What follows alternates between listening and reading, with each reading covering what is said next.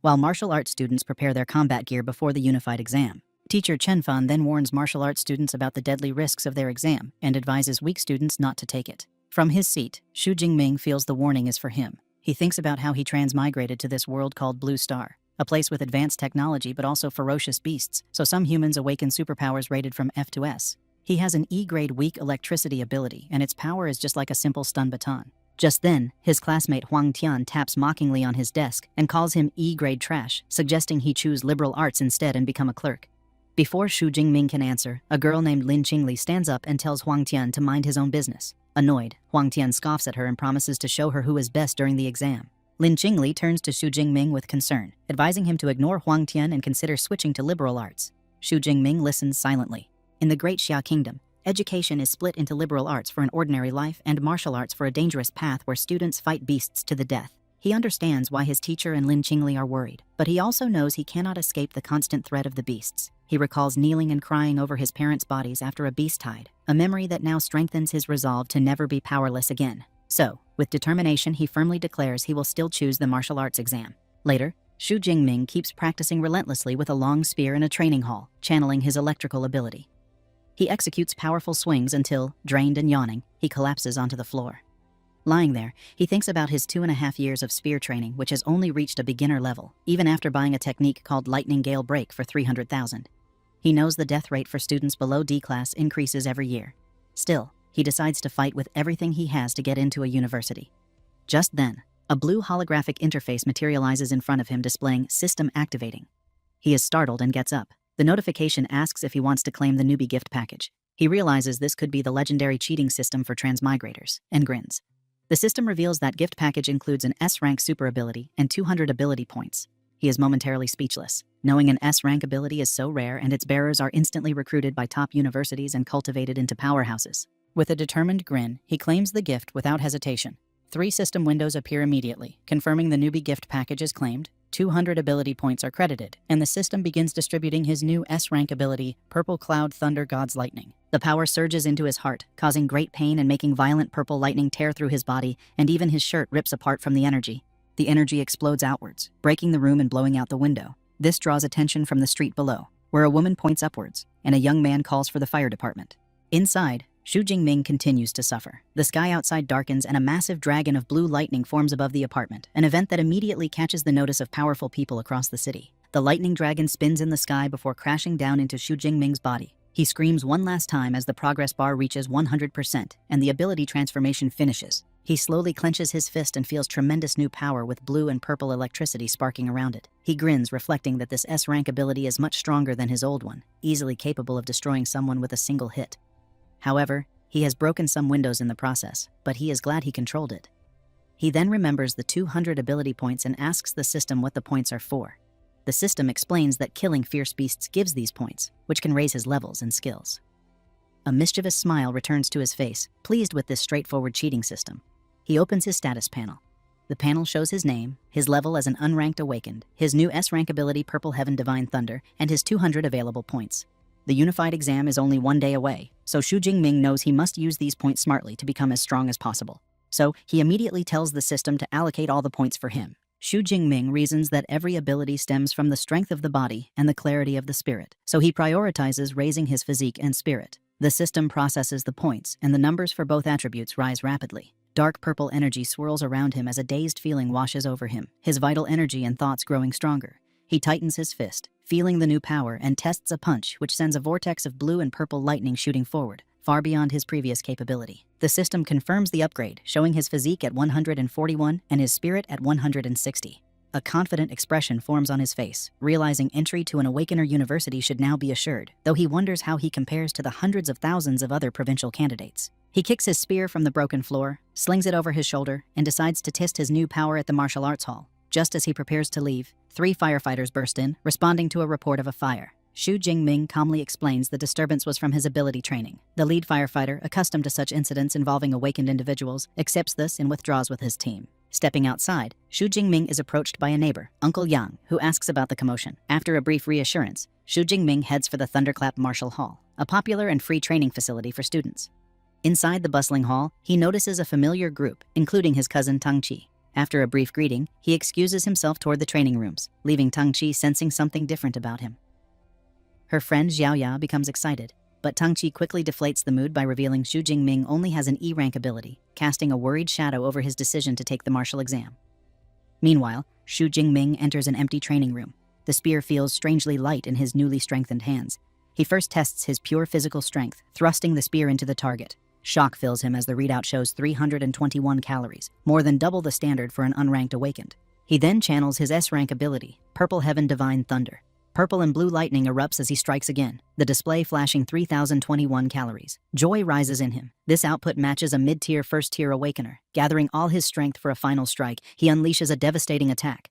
The spear, wrapped in concentrated purple lightning, hits the target, causing a massive explosion that shakes the entire hall. In the main stadium, students stumble, and Tang Chi's group follows the energy trail down a corridor. They meet Xu Jingming as he exits, spearhead wrapped in cloth, and he states he is heading home to prepare. Dismissing him, the group enters the training room and freezes. The advanced target is gone, replaced by a huge crater in the reinforced wall. Rubble litters the floor, and the room is utterly destroyed. Tang Qi, Xiaoya, and the others stare in stunned silence at the incomprehensible destruction. Xiaoya stares at the destruction inside the training room and exclaims in shock that even the advanced memory metal target has been blown apart. She believes such force would require an extremely intense attack and wonders if any high schooler in Jiangcheng could achieve this level of power. The brown-haired male friend rejects the idea immediately while touching the crater. He states that the remaining energy feels far too violent for a high school student and guesses that a powerful second-order ability user might have wandered into the student area by mistake. Another friend agrees and claims that even a genius from the provincial capital could not create such destruction, making it impossible for someone in their small city. Xiaoya suggests a different possibility. She mentions that the only person they saw leaving the area was Xu Jingming and wonders if he might be a hidden super genius. Her friends laugh at the idea and say she has probably been reading too many novels. Someone reminds her that Xu Jingming is an E-class awakened who should barely reach 300 calories with a full attack. Another friend insists the real expert must have left through the other corridor. The group turns to Tang Qi and asks what she thinks. Tang Qi answers with a simple, uncertain remark. She moves closer to the shattered wall and examines the marks. It is clear that a long spear caused them. A flash of memory shows her cousin holding his spear, and suspicion rises inside her. She quietly questions whether Xu Jingming taking the martial arts exam is overconfidence or something much greater. The next morning, it is time for the martial arts exam. Dozens of buses stop before a large fortified exam venue, releasing students armed with different weapons. Xu Jingming walks with a calm and steady confidence, carrying his spear on his shoulder. A tall fence surrounds the exam grounds, and the students gather to look inside with mixed excitement and fear. One student mutters nervously about the strong beasts, and many agree that this year will be extremely difficult. A sharp and arrogant voice cuts through the crowd. A long-haired boy with a massive sword mocks the fearful students and says that anyone unable to defeat a unicorn rhinoceros is useless. Silence spreads among the group. Xu Jingming is standing with his best friend Liu Jie and wonders who the arrogant boy is. The ID display identifies him as Zhou Mingyang. Liu Jie explains that Zhou Mingyang is a famous genius with a B-class ability who already advanced to First Order, an achievement very rare among high school students. Xu Jingming looks at the prodigy with calm confidence and a competitive spark in his eyes. Just then, a loud voice calls for attention. A stern man with a scar introduces himself as Wang, the commander-in-chief of the exam. He stands on a military vehicle and reviews the rules. He states that the exam lasts 12 hours, from 9 in the morning until 9 at night. He gestures toward the huge ruined town ahead and explains that it is divided into 4 areas: outer, central, inner, and core. Students earn points by killing beasts, with stronger beasts giving higher scores. He warns that the core area is meant only for the strongest students and urges everyone to act within their limits and avoid unnecessary risks. Xu Jingming listens carefully and thinks about his own power. Before gaining his new strength, he would not have dared to enter anything beyond the outer area. Confidence floods him now, and ambition rises as he plans to push deep into the inner circle and possibly even test himself in the core area. Then, an announcement instructs students to collect their exam supplies. Xu Jingming and Liu Ji approach class teacher Chen Fan, who distributes tactical backpacks. Xu Jingming receives a smartwatch to track points, a pack containing energy bars, a drink, a medical kit, and a safety ball designed to produce a high-voltage barrier against beasts. Class teacher Chen Fan reminds him that his life holds the greatest importance and that using the safety ball early is always acceptable. Xu Jingming thanks him sincerely. Right after, a familiar voice calls his name. Lin Qingli runs over and invites him to join her team. Beside her stands Liu Jie, who promises to protect him during the exam. But another teammate objectifies the plan and complains that this is a competitive exam and argues that bringing an E-rank awakened like Xu Jingming will lower their scoring potential. Another teammate agrees angrily, accusing Lin Qingli of changing the strategy. Their objections clearly show that they see Xu Jingming as a burden. Liu Jie becomes furious, yet Xu Jingming places a calming hand on his shoulder and gives a polite smile and declines the offer, saying he plans to enter alone. Lin Jingli looks worried but respects his choice and wishes him safety. The complaining student smirks and says they should find the strong Huang to join them instead. Xu Jingming watches them leave with a confident smirk, believing he is fully capable of securing a high score by himself. The official announcement marks the start of the martial arts exam. Numerous drones fill the air to broadcast the event live. The massive gates slide open, and students rush into the ruined city with battle cries. Tang Qi and her friends enter as well. A determined girl with a huge sword charges forward. Zhou Mingyang leaps ahead using his wind ability and quickly gains the lead. Xu Jingming stays calm. One steady step turns into a smooth run as he moves forward with his spear. He taps his smartwatch, and a holographic screen shows his identity and the real-time rankings. Zhou Mingyang already holds first place with 7 points. Xu Jingming looks at the leaderboard with a confident grin. The early kills only fuel his competitive desire. Many students begin fighting in the outer sections, yet Xu Jingming chooses a bolder strategy. He decides not to waste time and heads straight toward the high-risk core area. The ruined city grows darker and quieter as he runs deeper inside, and just then he sees a disturbing sight ahead. A student lies motionless in a pool of blood, and a green safety ball sits unused beside the body. Xu Jingming studies the gruesome scene and understands how sudden the attack must have been.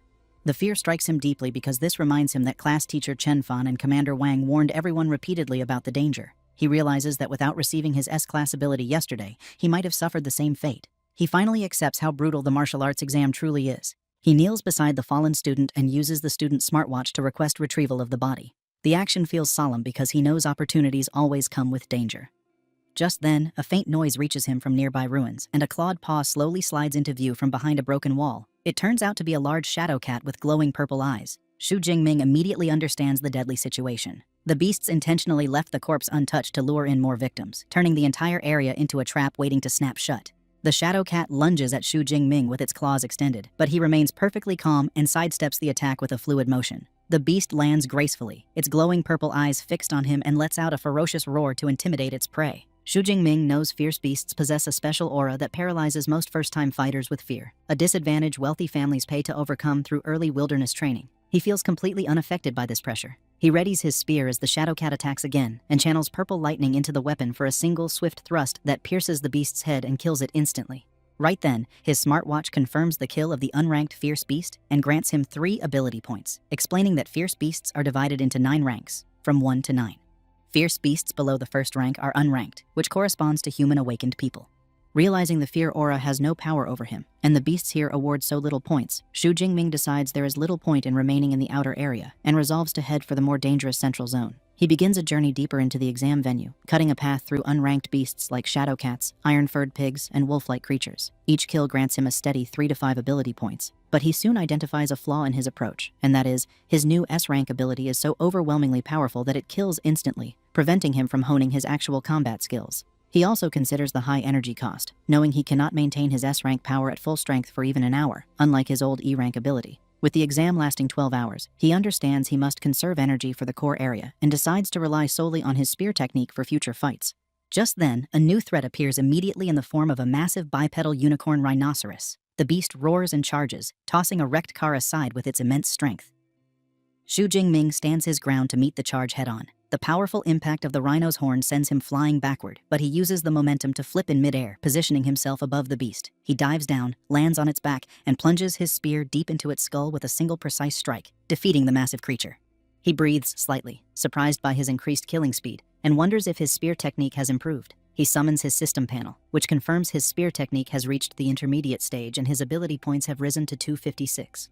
Concluding that spear technique is the most effective way to boost his strength, he uses his accumulated points to upgrade the skill again. A massive influx of advanced spear techniques and complex movements instantly floods his mind, integrating into his muscle memory and amazing him with the volume of knowledge. This acquisition fills him with a surge of confidence, and he gets more eager to find a first-rank fierce beast to test his new skills. In another part of the outer area, Lin Qingli and her team are moving through the streets when she suddenly stops, puzzled by a familiar silhouette in the distance. She voices her thought that it might be Xu Jingming, but a teammate immediately dismisses the idea, arguing it would be suicide for an E-rank student to be that deep in the exam zone. Lin Qingli is filled with doubt but cannot shake the feeling. However, her thoughts are interrupted when another teammate calls the group over to a massive, freshly killed corpse of a unicorn rhinoceros. The blood on its wounds is still wet, meaning it was killed just minutes ago. They examine the fatal injury, a clean, penetrating wound to the head made by a long-handled weapon, clearly a spear wound. The pieces click together in Lin Qingli's mind, connecting the spear wound, the timing, and the silhouette. But her skeptical teammate scoffs at the suggestion, arguing that a unicorn rhinoceros is a beast only a C-rank awakener could defeat alone. To settle the argument, another teammate suggests checking the score rankings. Lin Qingli activates the leaderboard on her smartwatch, and her eyes widen in shock upon seeing Xu Jingming from Jiangcheng No. 2 High School in 46th place with 256 points. All her teammates are speechless with pure disbelief, refusing to accept that the E-rank student they looked down on is now in the top 50, and speculating it must be someone with the same name. Meanwhile, officials and VIPs are watching the exam on large screens far from the battlefield.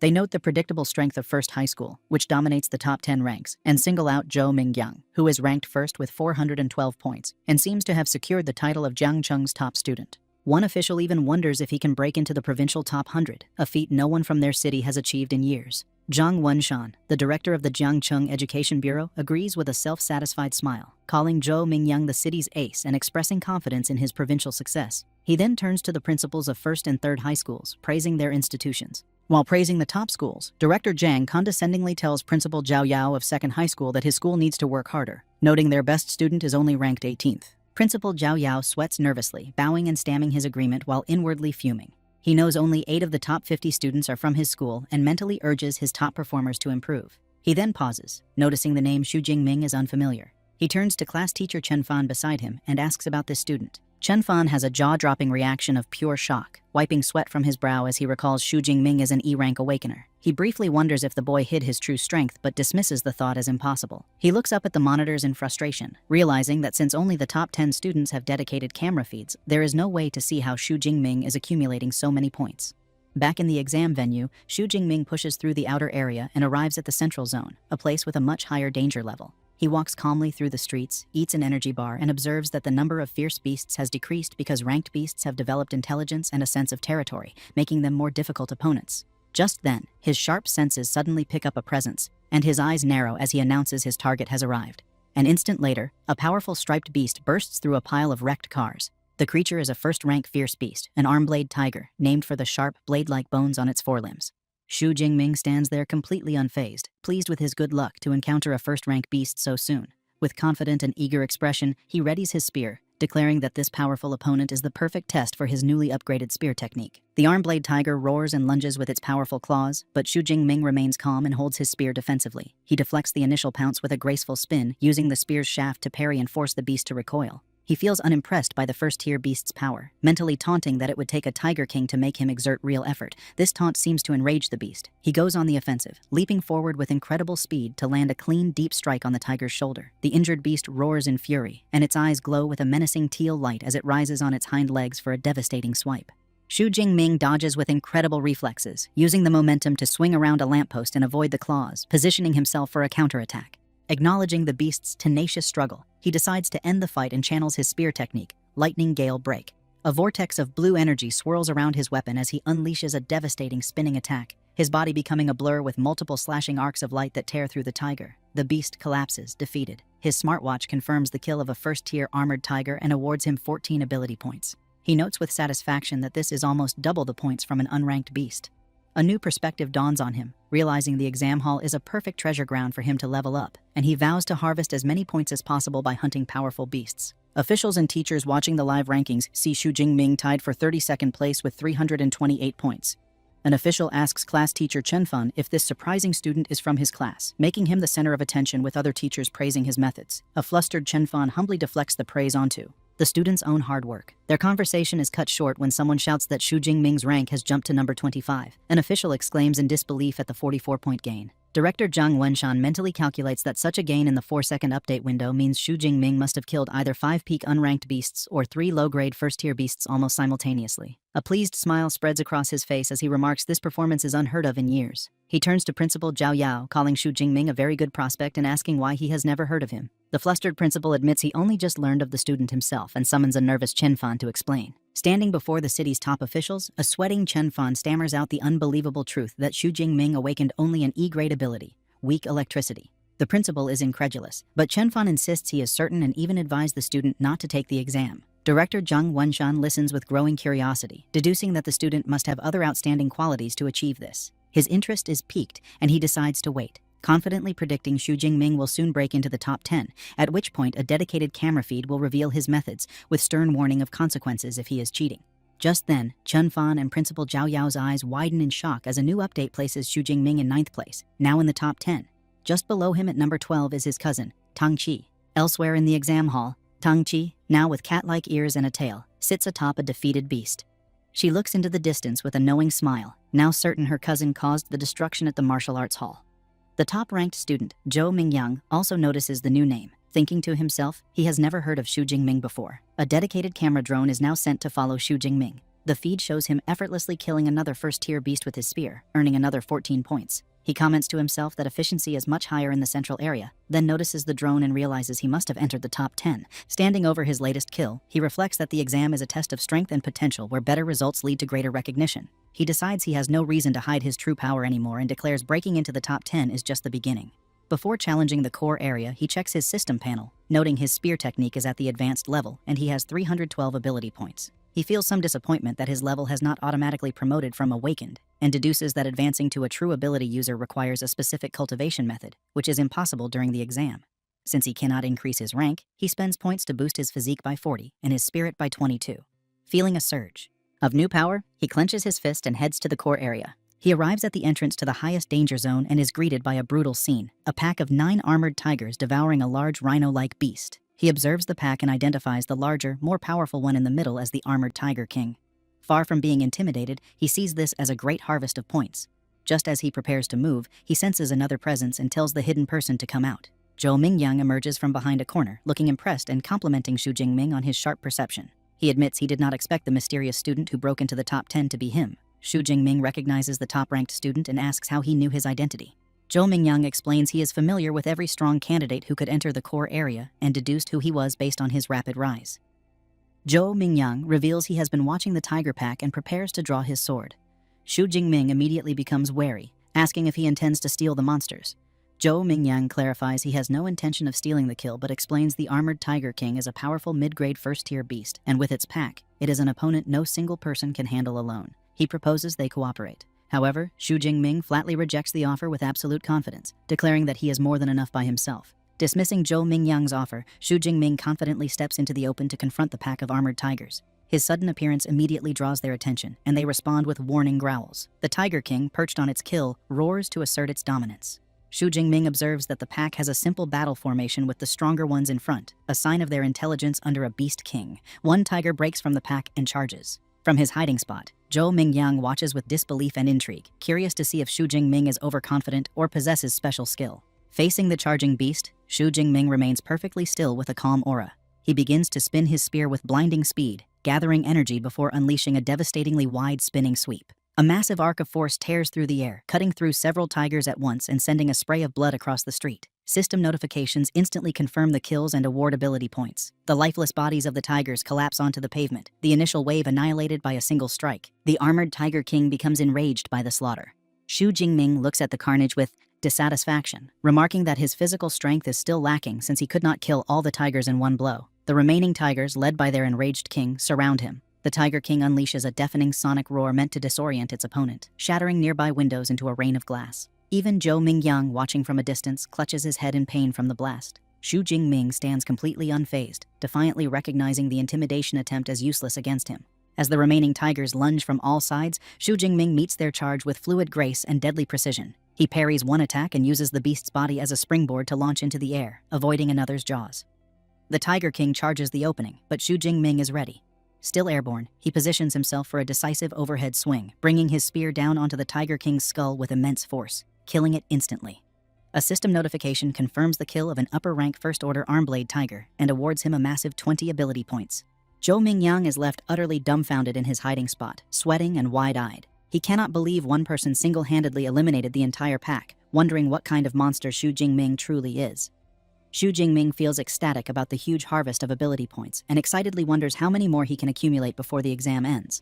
Knowing more points mean more power, he decides to hurry and find the next group of beasts. Zhou Mingyang runs out from his hiding spot, demanding to know how Xu Jingming crushed the tigers with just a spear and asking if his ability is a reinforcement type. Without stopping, Xu Jingming simply leaps away, calling back that he is a lightning type. Zhou Mingyang is left fuming, not believing the answer and clenching his fist in frustration. He then realizes Xu Jingming's score must have skyrocketed and checks the leaderboard on his smartwatch.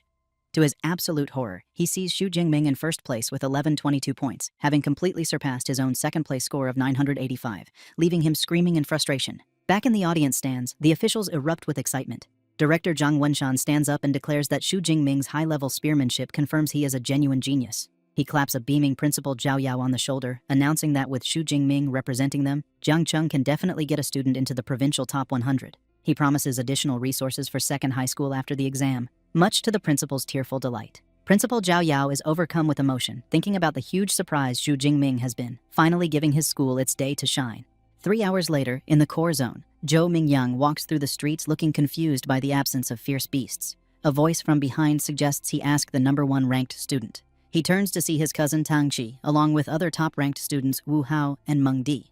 Tang Qi points to the empty streets, explaining that Xu Jingming has already killed all the beasts, forcing them to team up because they could not find any to fight. Zhou Mingyang is stunned, finding it impossible to believe one person cleared the entire core zone. Tang Qi tells Zhou Mingyang he has not been a ranked ability user for long and proves her point by showing him the leaderboard on her smartwatch. Zhou Mingyang's eyes widen in disbelief at the astronomical number next to Xu Jingming's name, 3,435 points, more than triple his own score. Tang Qi calmly explains the math, noting that subtracting the roughly 700 points from the central zone, Xu Jingming earned over 2,500 points in the core zone alone, meaning he single-handedly killed almost 200 fierce beasts there. A bead of sweat rolls down Zhou Mingyang's face as he realizes the truth. Xu Jingming was not afraid of someone stealing his kills, but had planned to monopolize the entire core zone from the beginning. Wu Hao explains their current situation, stating that with only a few hours left, the remaining top students have formed a team to brave the innermost core zone, a place filled with upper-rank beasts and even a second-order beast king. He acknowledges that going in alone would be suicidal. Meng Di then formally invites Zhou Mingyang to join their team. With no other option, he agrees. In a quiet, moonlit rooftop, Xu Jingming sits alone atop a massive pile of slain beast corpses, his spear planted beside him. His supplies are completely exhausted, and the exam is nearing its end, but his hunt for power continues. He decides he must go deeper into the innermost core zone to get more ability points, knowing it holds second-order fierce beasts. Before that, he decides to strengthen his power one last time and pulls up his system panel, revealing a staggering 2413 accumulated ability points. With a mischievous grin, he channels the points into an upgrade. The power surges through him, while he stands over the corpse of a monster, letting out a breath of relief. He feels confident that with this final boost, he can handle the combat exam's finale. Meanwhile, the other top students also sprint towards the final area. Simultaneously, deep within the innermost zone of the exam venue, a terrifying new beast emerges from the ruins. It is a massive, white-furred creature with glowing red eyes and dangerous red crystals on its back, identified as a bloodthirsty, savage bear. Xu Jingming arrives on the scene, calm and ready with his spear, wondering what kind of second-order fierce beast the exam has arranged for him this year. At the same time, the team of top-ranked students reaches the innermost core zone. They immediately see the savage bear and recognize its incredible power as it smashes a wrecked car with a single swipe of its paw. Zhou Mingyang exclaims they are in big trouble, and Meng Di explains the beast has a hide as tough as E-grade alloy, impervious to missiles, and a single strike could kill them all instantly. Tang Qi suggests abandoning the mission upon realizing the situation is direr than expected. The compound is guarded not only by the Beast King, but also by a large pack of high-rank first-level beasts. One team member grimly states that entering would lead to their wipeout by the horde before the savage bear even moves. Faced with this impossible challenge, one student immediately quits, seeing no point in risking death for a high score. Zhou Mingyang tries to stop him, angrily questioning the logic of dying for pride, but the team's morale shatters completely. Suddenly, Meng Di points towards the compound, shouting for the others to look. They see a lone figure fearlessly walking into the heart of the beast horde. Tang Qi's eyes widen in recognition as she identifies Xu Jingming. He gracefully leaps into the compound, and the other students watch in disbelief. Zhou Mingyang complains about the difficult test, while another student panics, crying out that Xu Jingming's entrance has startled the entire horde, which now turns its attention to him. Enraged by the intrusion, the horde of fierce beasts charges at Xu Jingming. He stands his ground in the center of the street and is quickly engulfed by the snarling creatures. From their rooftop vantage point, the students are horrified. Tang Qi worries for her cousin, but Wu Hao remarks that he was too reckless. Tang Qi declares she must go help him, but Meng Di grabs her arm to stop her, and Wu Hao calls her crazy for attempting a pointless death.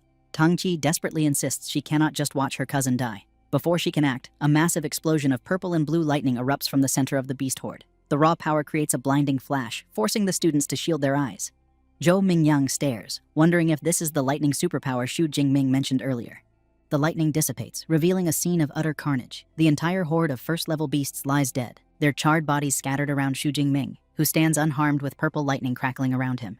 He acknowledges that his physical strength alone was insufficient, so he used his superpower. A confident smile forms on his lips as he feels the immense power of his S-grade ability. With the lesser threats eliminated, he turns his attention to the bloodthirsty savage bear, which stands over the corpses of its minions and lets out a deafening roar. Xu Jingming remains calm, analyzing his opponent. He notes the savage bear is massive but likely not agile, concluding that with his powerful thunder ability, it should be manageable. He then notices the beast is not alone, as it has several smaller but dangerous minions still present. Realizing these creatures might be an annoyance, he decides to clear the area first. With a look of fierce determination and his eyes glowing, he declares he will eliminate the remaining threats. He bursts into motion, his body enhanced by his S-grade lightning ability, moving with blinding speed as he blitzes through the beasts. He effortlessly dispatches a high-rank shadow cat, his smartwatch confirming the kill and awarding him 13 points. With a confident grin, he marvels at how his superpower enhances his physique, but acknowledges he cannot maintain this dangerous state for long.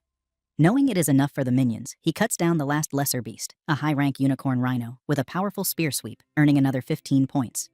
With the area cleared, the final confrontation begins. The savage bear roars in fury, slamming its massive paws into the ground and creating a shockwave that shatters the pavement. The beast charges, shaking the ground. Xu Jingming, wreathed in his lightning aura, meets the charge head-on. With a powerful leap, he dodges the attack and swings his spear in a devastating arc, shattering one of the large red crystals on the beast's back. The battle continues in a blur, with Xu Jingming expertly dodging the bear's attacks and landing precise strikes, shattering more crystals and wounding the beast. His smartwatch continuously updates with points as he dismantles the Beast King's defenses. The savage bear grows enraged as it watches its minions fall. Xu Jingming, wreathed in lightning, taunts the beast by asking if it is getting angry and promises to deal with it. As he charges the final rhino minion, the Bear King moves with unexpected speed and cunning intelligence, smashing its own minion to bits to intercept him.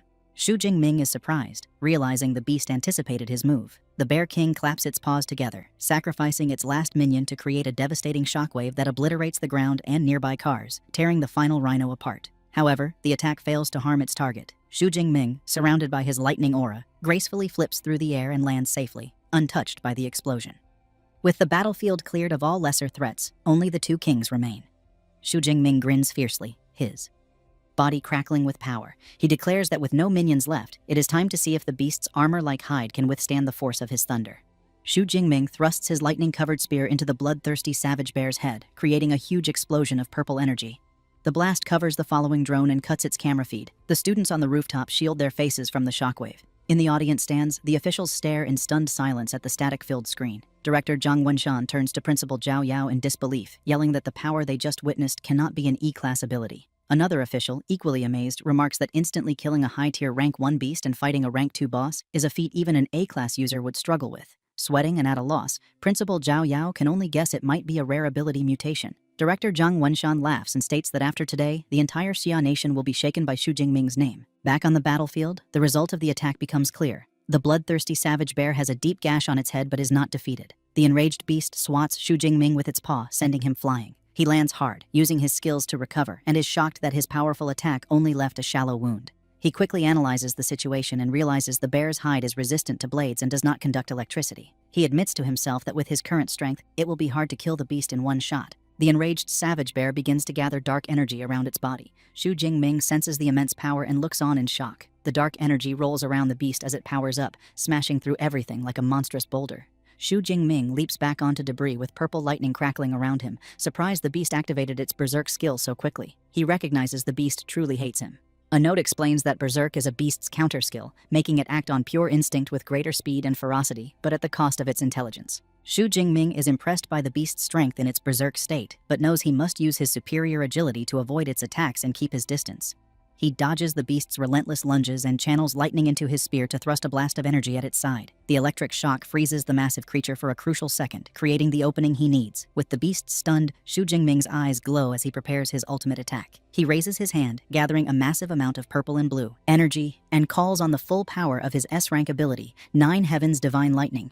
A huge torrent of divine lightning comes down from the sky, slamming into the bloodthirsty savage bear and engulfing it in a crackling energy blast. When the light fades, the massive beast lies motionless with smoke rising from its charred body.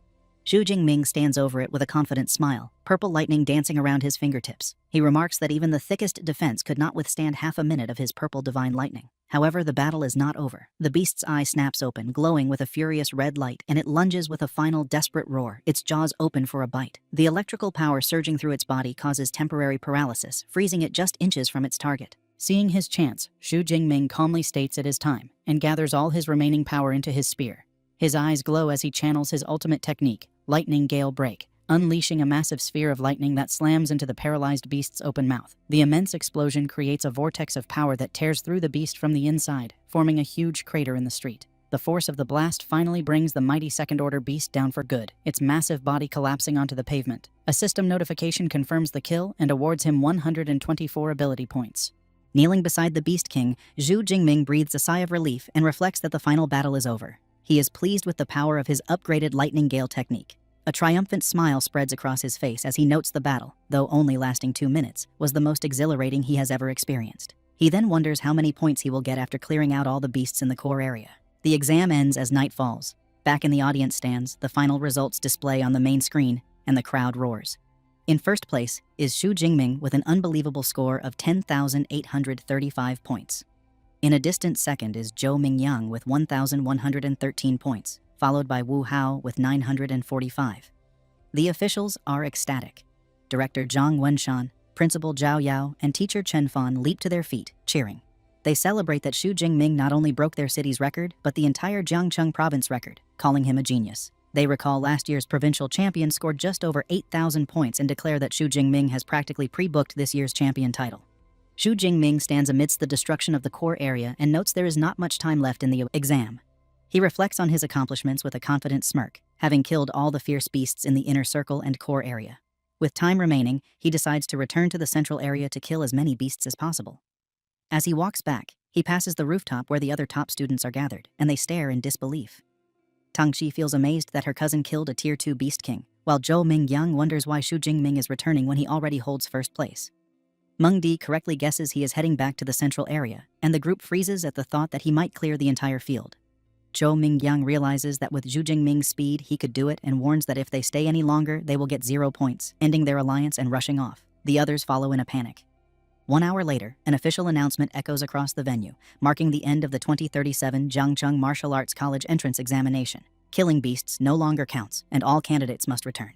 Tangxi wipes sweat from her brow with relief. Elsewhere, a student despairs over missing one last beast, while another celebrates barely passing. Xu Jingming stands over his final kill, feeling annoyed the exam ends before he can hunt more. Soon, the students exit the exam venue. Guards greet them, and their faces show a mix of exhaustion and relief. Outside, Tangxi's friend Xiaoya is still reeling from Xu Jingming's displayed power. She clings to Tangxi and asks for the 3rd time if Xu Jingming is really her cousin. Tangxi confirms he is. Xiaoya's crush returns, and with a blush, she begs Tangxi for his contact information. Tangxi reminds her that just yesterday she showed no interest, but Xiaoya quickly says things are different now that he is first in the exam. Their conversation is interrupted by a commotion as someone shouts that Xu Jingming is coming out. A massive crowd of students swarms the exit, desperate to see the new champion. Xu Jingming emerges from the gate with a calm expression and his spear on his shoulder, meeting cheers and congratulations. Some students jokingly ask him to give them 100 of his points. He smiles and waves as he walks toward the buses. In the crowd, Wu Hao and Zhou Mingyang watch the scene. Wu Hao remarks that Zhou Mingyang should have been in that position, but Zhou Mingyang humbly replies he is content with his score, admitting he never knew second high school could produce such a monster. Before Xu Jingming can board the bus, Principal Zhao Yao stops him to congratulate him and introduces him to Director Zhang Wenshan. The director informs Xu Jingming that he wants to give him a ride personally. Xu Jingming realizes it is for the best, knowing the bus ride would be full of questions. He gets into a sleek black car with the officials, which speeds away. Inside the car, Director Zhang Wenshan asks Xu Jingming which superpower university he wants to attend. Xu Jingming admits he has been so focused on increasing his strength that he has not thought about it. The director assures him that with his results, any university would be within his reach, but he advises that half of the country's high-level superpower users graduate from the top 3 universities and recommends he consider them. Director Zhang Wenshan details the top 3. First is Qingjing Superpower University, which is affiliated with the government and allows graduates to directly enter the system and serve the country. Next is Modu Superpower University, known for its excellent resources and elite clubs. Finally, there is Jin City Superpower University, which has a long history and strong faculty. He explains that all 3 have top-tier cultivation methods that are not publicly available. Xu Jingming listens intently and understands that awakened individuals need these special methods to become true superpower users. He asks what makes a top-tier cultivation method special, and the director explains that with a beginner method it would take 3 to 4 years to advance, but with a top-tier method it only takes half a year. He reassures Xu Jingming that with his results, he will qualify for special admission from even the top 3 universities. After being dropped off by the officials, Xu Jingming arrives back at his apartment late at night. The next day, he showers and feels refreshed. He checks his system panel and sees he has 2534 ability points remaining, which he believes is enough for his needs at a superpower university. As he dries off, he wonders if there will be beast-killing competitions after he enrolls, deciding he will have to enter the wilderness to continue growing stronger. Meanwhile, his cousin Tang-chi arrives at his apartment with her mother, Shu Ching-won. Tang-chi notices the door is broken and decides it is a perfect chance to sneak in and surprise him. They enter, and Tang-chi cheerfully shouts a surprise greeting. Her timing is terrible because Xu Jingming, wearing only a towel, has just stepped out of the bathroom. He is shocked to see his aunt and cousin. His aunt, equally flustered, asks what he is doing, while Tang-chi is left blushing and speechless. His aunt then sees the ruined apartment and angrily asks how it got into such a mess. A flashback explains that after his parents passed away, his aunt stayed with him, taking good care of him and providing the warmth of a home, even occasionally feeding him his favorite meals. After the initial shock, Xu Jingming sits with his aunt and cousin. His aunt, Shu Ching-won, expresses her relief, admitting she was incredibly worried when she learned he was taking the martial arts exam. Now that she sees he is unharmed, she feels relieved and reassures him his score is not important. Xu Jingming becomes confused and asks if Tang-chi did not tell her the results. Tang-chi winks, saying it is better if he tells his aunt himself. With a bashful smile, Xu Jingming tells his aunt he did quite well, scoring over 10,000 points. The news is so shocking that his aunt spits out her drink. She coughs and asks him to repeat his score. Tang-chi confirms it is true, telling her mother he scored 11,124 points. His aunt bursts into tears of joy and pulls him into a tight hug, exclaiming that the Xu family finally has a successor and his parents in heaven must be so proud.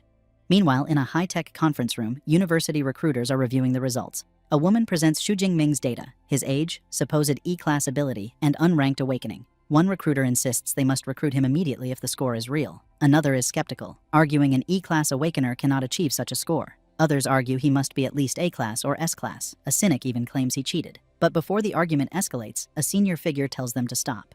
Right then, the woman with a commanding presence instructs the team to list Xu Jingming as an S-class special recruit for now and declares she will personally go to Jiangcheng to investigate. The day after the exam, Xu Jingming receives a notification that the Jiangcheng province martial arts exam rankings are out. He learns he placed first with an astonishing 11,124 points. A look of surprised delight spreads across his face as he celebrates becoming the provincial top scholar. News of his success quickly spreads online, dominating hot search topics. The public debates how a dark horse from Jiangcheng could become the top scholar, with many questioning how someone with a supposed E-class ability achieved such a score. Skeptics demand to see the exam video for proof. In response, an award ceremony is held where Principal Zhao Yao addresses the media. A female reporter directly asks him to explain the authenticity of the results. Principal Zhao Yao confidently states the school's website has uploaded the exam video, confirming its fairness.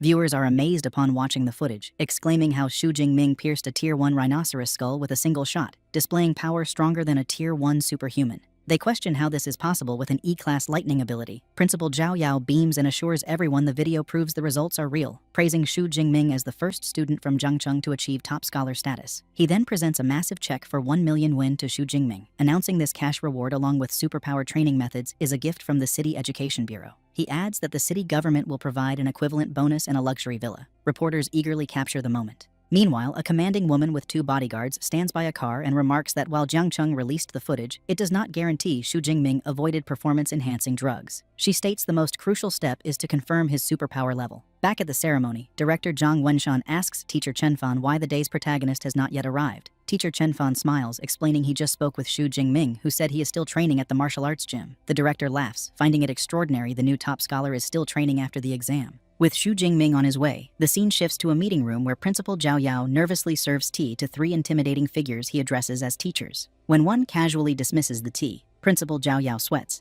thinking about the powerful aura from these high-level superhumans that makes his heart tremble. The 3 individuals are recruiters from the nation's top superpower universities, and the air is tense with their immense spiritual pressures ready to clash. The woman with short grayish-purple hair, Zhang Zhaoyue, the director of admissions for Modu Superpower University, breaks the silence. She coyly asks her rivals who they are targeting. The woman in a light blue dress, Su Yun from Jingjing Superpower University, tells Zhang Zhaoyue not to play dumb and confidently declares that as long as his results are genuine, Jingjing University will have him. The man with long black hair, Wu Yuan from Jin City Superpower University, scoffs at her claim, stating Jin City University will recruit him.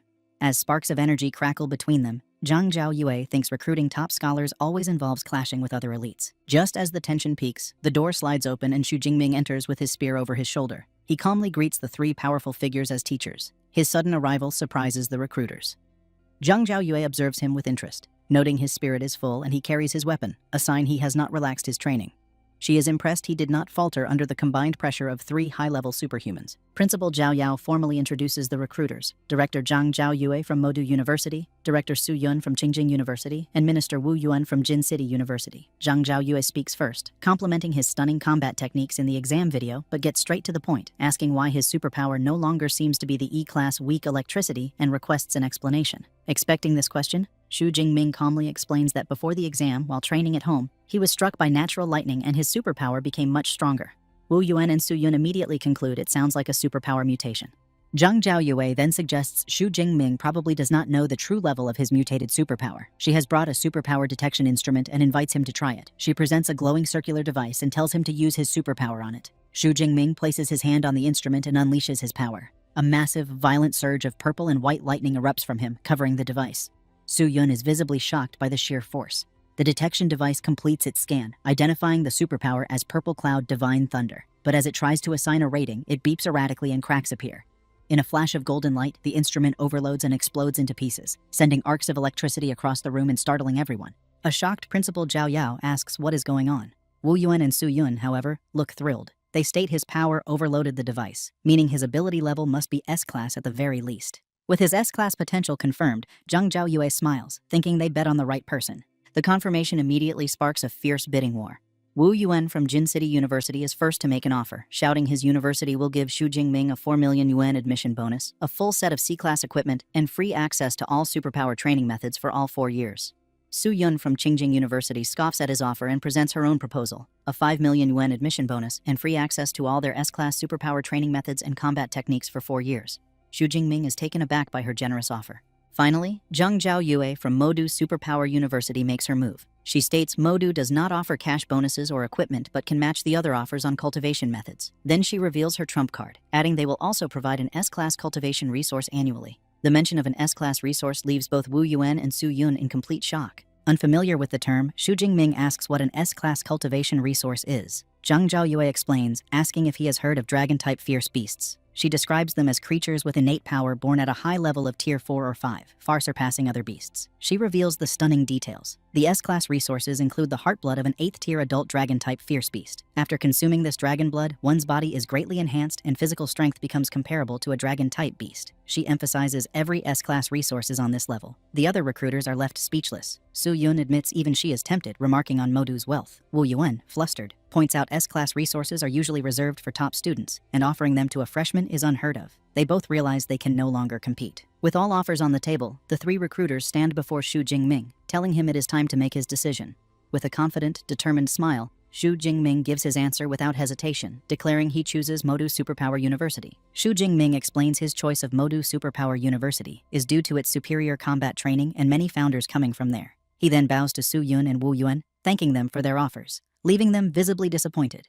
A pleased Zhang Zhaoyue creates a glowing admission letter and gives it to him, welcoming him to the university. She informs him that although new students enroll on September 1st, he can register early as a special recruit and will be given accommodation. Eager to begin, Xu Jingming asks if he can access the library's superpower training methods and combat techniques ahead of time. Zhang Zhaoyue agrees without hesitation, adds that the school can provide a private study room, and hands him her contact card, telling him to reach out once he arrives in Modu. Holding his admission letter, he tells her he is ready to depart immediately. Sometime later, Xu Jingming stands at a train station with his luggage, excitement shining in his eyes as an announcement calls for passengers of the G91 train to Modu to board. However, his aunt Xu Qingwan becomes emotional, wiping tears while her husband comforts her, proudly saying their child is finally ready to soar. Tang Qi listens quietly, and her father reminds her to fill out her university preferences. Since her cousin is heading to Modu Superpower University, he suggests she choose a nearby school. Xu Qingwan agrees, saying it would be good for them to look out for each other. A flustered Tang Qi nods. On the train, with 6 hours remaining, Xu Jingming is already studying. He reflects that the most important exam reward is the Universal C training method. He identifies it as an intermediate-level technique and notes that with his spiritual power of 180, it took half a day to memorize. Following the method, he sensed the special world energy on his first day of practice, unlocking a new option on his system panel showing a plus sign next to his level, meaning he can advance from awakened to superpower user. Even so, he refuses to level up now, deciding higher-tier methods provide better breakthroughs, and he should wait until he reaches university. Upon arriving in Modu, Xu Jingming is stunned by the university campus. The moment he enters, he sees its vast scale stretching into the distance. Director Zhang Zhaoyue arrives in a red sports car, waves him over, and takes him to handle admission procedures. As they drive through rows of blooming cherry trees, she proudly explains the campus covers 40,000 mu, and even visiting students cannot explore it all in one day. Xu Jingming is impressed, stating seeing the campus firsthand is far beyond his expectations. After a quick registration, Zhang Zhaoyue hands him his new student ID, an all-in-one card used for access and payments. As they head toward his accommodation, Xu Jingming recalls dorms from his past life, cramped rooms and shared apartments, but nothing prepares him for what he sees next. He freezes before a magnificent villa. Zhang Zhaoyue explains that every student lives in a villa, with luxury determined by their exam score. As the provincial top scorer, he receives the most luxurious model, over 800 square meters. She informs him the villa is for 2 people with an upper and lower floor, so he and his future roommate will each have private space. Xu Jingming thinks having a roommate is better than living alone, though part of him still misses the warm chaos of the crowded dorms from his orphan childhood. Inside the villa, Zhang Zhaoyue sits down with him and explains 2 important university systems, the credit system and the mentor system. She begins with credits. Everything at Modu is purchased with credits, from meals to high-end equipment, with 1 credit worth about 10,000 Xia Kingdom currency. She says students receive a fixed annual amount based on their rating, and as an S-class student, he receives 100 credits for the year. To demonstrate, she summons a small spherical robot named EVA. It floats and projects a message confirming his balance. The director introduces EVA as the AI in every dorm, explaining its main body is the central school AI, and the dorm units are subunits. But even a subunit is a level 4 AI capable of managing nearly all daily needs. Xu Jingming is stunned by the level of technology on Blue Star. Zhang Zhaoyue then explains the mentor system. Every student can choose a mentor they admire and request guidance, though the mentor must agree. Xu Jingming is intrigued and asks if personal guidance is possible. She confirms this for freshmen, adding that all mentors are high-level superpower users, many with original combat techniques they pass only to official disciples. She reveals that 4 mentors specialize in the lightning element. Her strongest recommendation is Yang Zhentian, the dean of the Weaponry Academy. At her command, EVA projects his profile, a 52-year-old Tier 7 high-rank superpower user with an A-rank lightning ability, a master of many weapons, especially the spear, earning him the title Thunder Spear, and a warrior who once fought an 8th-tier demonic whale for 3 days and nights before killing it. She lists the other 3 mentors, but leaves the decision to him. Xu Jingming studies the information, and a confident smile appears. Dean Yang Zhentian is not only a lightning ability user, but also a spear specialist, making him the ideal mentor. Having chosen, Xu Jingming heads to the mentor residential area, a serene compound of traditional buildings surrounded by forest. Arriving at the grand gate of Yang Zhentian's residence, he notes that a mentor's home far surpasses the student villas. Before he can enter, a young man with brown hair leaning against a stone lion asks if he is also seeking mentorship. The young man seems surprised that Xu Jingming is still unawakened, assuming he must be a special recruit. After confirming, he remarks that previous special recruits were usually mid- or high-rank Tier 1 users. He introduces himself as Tan Mingyang, a junior from the Weaponry Academy. Xu Jingming introduces himself as a freshman who just registered. Tan is impressed, saying he is quick to pursue mentorship and explains most freshmen only learn about this after the freshman competition. He elaborates that the competition is a university tradition held days after registration where all teachers watch, and high performers are chosen by mentors. Trying to become the dean's disciple right after enrollment is nearly impossible. Xu Jingming thanks him for the explanation and asks if Tan is also seeking mentorship from teacher Yang. With a sigh, Tan confirms he has visited multiple times over the past 6 months but has always been turned away, though he decided to try once more. Before he can finish speaking, the large doors open and a middle-aged man, likely a butler, appears. Tan jumps in surprise. The butler greets them and informs them teacher Yang is waiting inside, inviting them to follow. Tan is stunned by the sudden warmth, wondering if this is finally his chance. The butler leads them into a training hall where 2 men stand. Xu Jingming immediately senses a powerful presence from the older man with a commanding posture, gray beard, and sharp eyes. He recognizes him as Yang Zhentian, dean of the Weaponry Academy. A younger long-haired man stands beside him. Ignoring Tan entirely, Dean Yang Zhentian looks straight at Xu Jingming and tells him to follow him to the training room. In a traditional training room filled with weapons, Dean Yang Zhentian informs Xu Jingming that he has seen his martial arts exam video and praises his combat skills and marksmanship. However, he insists on seeing the S-rank ability, Purple Heaven Divine Thunder, with his own eyes before making a decision.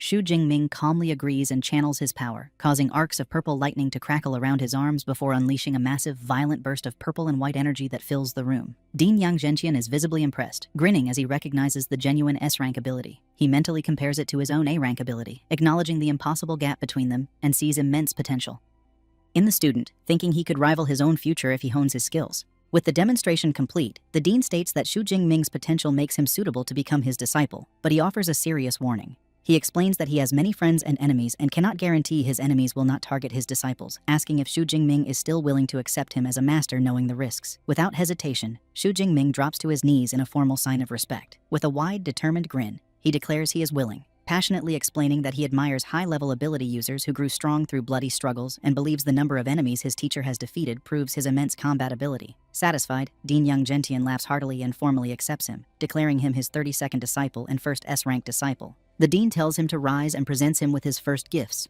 a top-tier ability training method called Extreme Ability Training Method, and a body-tempering combat technique called Thunder Indestructible Body, both of his own creation. Xu Jingming is stunned by their value, realizing a body-tempering technique is far more precious than an ordinary one. The dean explains that while the ability training method is one of only 3 top-tier methods in the school, the real highlight is the Thunder Indestructible Body, the culmination of his life's work, which has been certified by 2 major martial arts halls and officially rated as S-rank. This revelation leaves Xu Jingming utterly speechless. He reflects that combat techniques have ratings from F to SSS, with higher ranks being more difficult to master but more powerful, and realizes the terrifying extent of his new master's talent, knowing most 7th-level masters are exceptional if they create an A-rank technique. Dean Yang Gentian provides more details, explaining the Thunder Indestructible Body is only for lightning element users and has 13 levels, with each level transforming the user's body. However, he clarifies a crucial requirement. To begin cultivating it, one must first advance from an awakened to a true ability user. He then gives Xu Jingming his first task, instructing him to use the Extreme Ability Training Method to achieve his breakthrough and return afterward for the dean to personally help him build the foundation for the technique.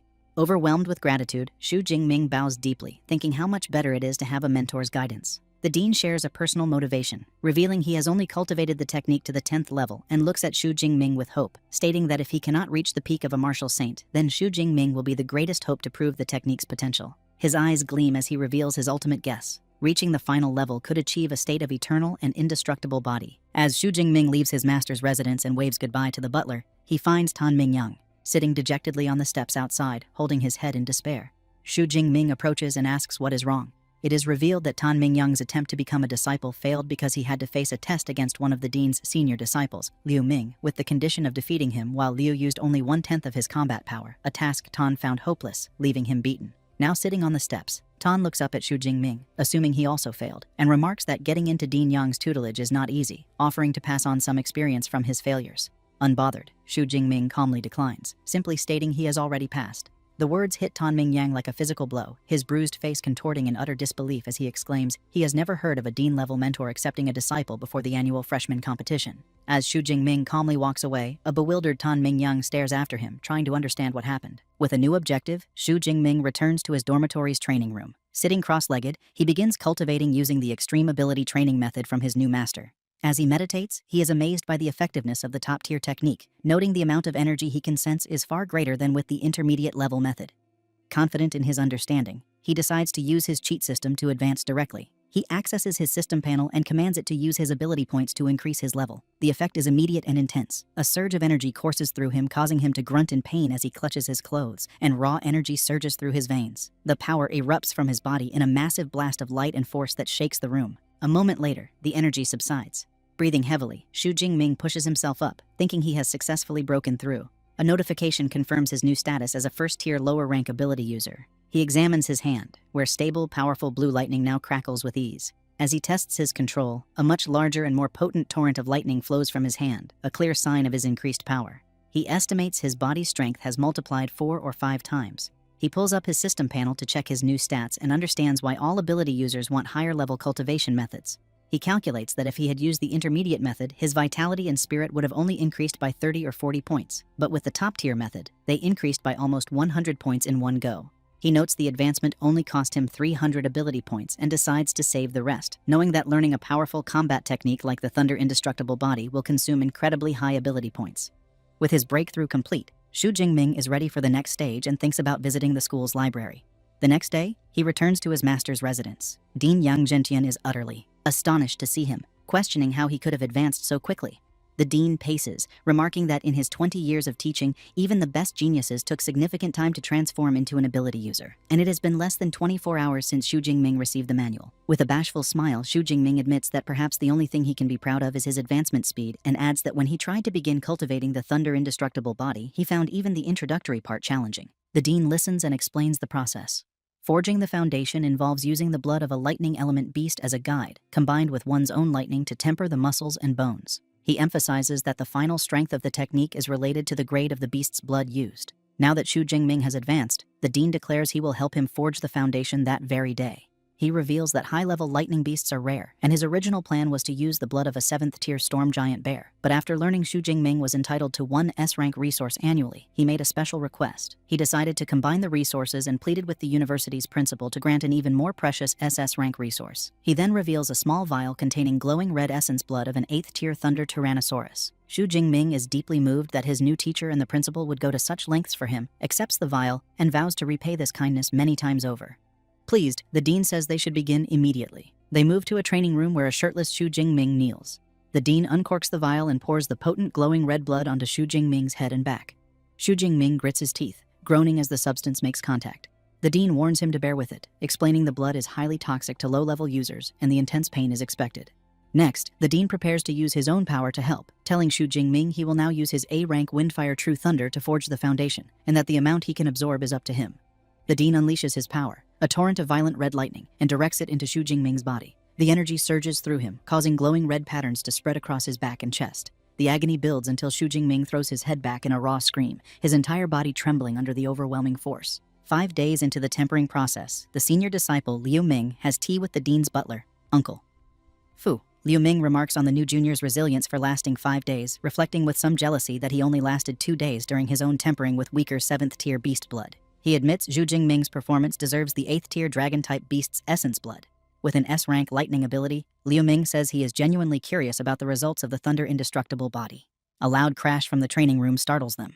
Liu Ming rushes upstairs to see if the foundation forging is complete. He cautiously peeks through the door and sees a terrifying sight. Xu Jingming stands shirtless and splattered with blood, his eyes glowing red. A chaotic aura of dark energy and blue lightning surrounds him, and he appears to have lost control, looking more beast than human.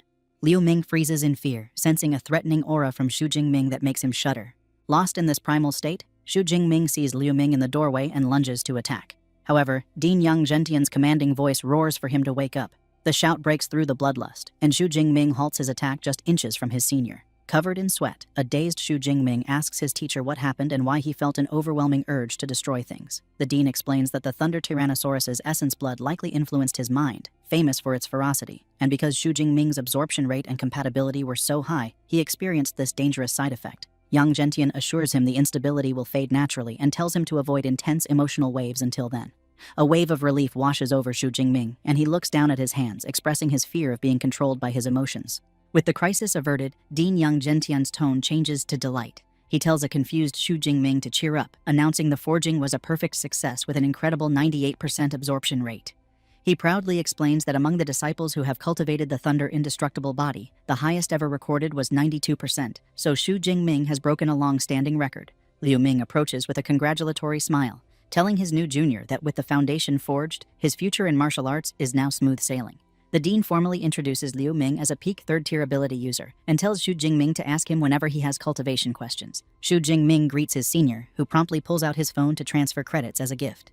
Xu Jingming is shocked when a notification says he received 200 credits, exclaiming it is too much as he calculates it is worth 2 million Xia Kingdom coins. The dean dismisses his concern, stating 200 credits is not a large sum for Liu Ming and it is a senior's duty to care for juniors, adding that when Xu Jingming has his own juniors, he will also need to prepare gifts, a tradition Xu Jingming quickly accepts. With the training complete, the dean tells Xu Jingming that after 5 days without food or water, he should go back and rest and return the following morning to learn fist and spear techniques with senior Liu Ming. Xu Jingming gratefully thanks his teacher and leaves. Back at his luxurious villa, Xu Jingming finds a young man with spiky white hair and red eyes on the couch focused on a video game. The young man turns, realizes he is not alone, and greets Xu Jingming, guessing he must be his new roommate. He introduces himself as Liu Wentao. When Xu Jingming introduces himself, Liu Wentao's eyes widen and he excitedly points, exclaiming he is the top scorer from Jiangcheng province. He proudly declares his nickname is Mr. Know-It-All as he knows about most freshmen, admitting he did not specifically look up Xu Jingming but heard about him due to the stir he caused.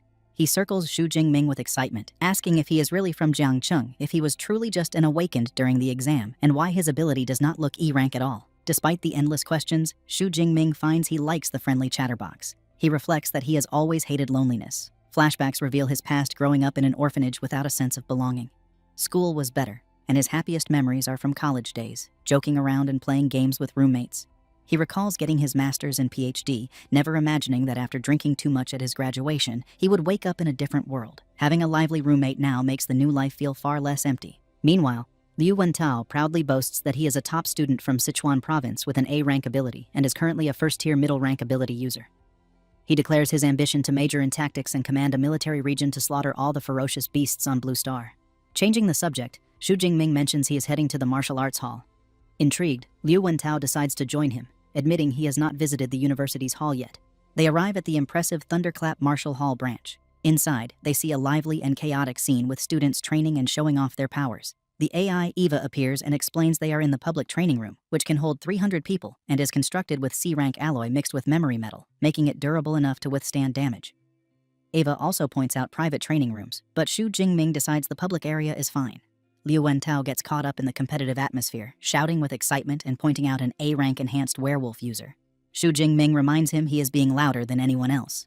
Xu Jingming then asks Eva about the large numbered pillars in the center of the room. Eva explains they are punch power challenge boards, with 5 leaderboards for each tier of ability users. She informs them that if they get into the top 3,000 on their boards, they will receive a 50 credit reward. Liu Wentao eagerly accepts the challenge, thinking it sounds easy. Eva clarifies there are just over 4,000 students in the university. Eager for the reward, Liu Wentao decides to try. Eva instructs him to swipe his student ID to start, adding the crucial rule that abilities and combat techniques are forbidden. Liu Wentao eagerly steps up to the pillar and swipes his student ID. Eva announces his attempt, drawing the attention of older students who mockingly note he is only a first-tier middle-rank freshman. Feeling the pressure, a determined Liu Wentao resolves not to lose face. With a loud cry, he unleashes a powerful punch, striking the pillar with impressive force. The result flashes on the screen, a punch power of 476 kilograms. Pleased, Liu Wentao thinks he did not embarrass himself and getting into the top 3,000 should be no problem. His pride is short-lived as Eva delivers a devastating update. His rank is beyond 100,000. Liu Wentao is left in shock, screaming in disbelief and questioning how this is possible with only about 4,000 students at the university. Eva coldly clarifies the leaderboard tallies the scores of all students since the university's founding 100 years ago. Realizing he was baited into the attempt, Liu Wentao's face collapses in humiliation as older students erupt in laughter. Seeing his roommate wallow in embarrassment, Xu Jingming offers some consolation, reminding him that as a spiritual element user, physical punch power is not his strength. A grateful Liu Wentao encourages Xu Jingming to try, certain he will be stronger. Xu Jingming agrees, admitting he wanted to test his strength anyway. He swipes his ID, and Eva announces his challenge.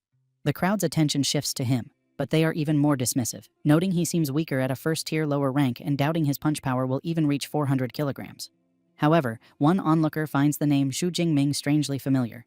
Meanwhile, Xu Jingming feels confident. He reflects on his recent progress, advancing to a first-tier ability user and tempering his body for 5 days and nights to forge his new technique's foundation. A quick check of his system panel confirms his new stats, including an enhanced physique and the Thunder Indestructible Body's first skill. He clenches his fist, eager to see what level his punch power has reached. Gathering the strength tempered through 5 days of agony, he throws a punch, and the impact creates a powerful shockwave that ripples through the air. The powerful shockwave from Xu Jingming's punch stuns everyone in the martial arts hall. A digital screen displays an incredible result of 45,589 kilograms, placing him first on the leaderboard and shattering the long-standing record for first-tier ability users.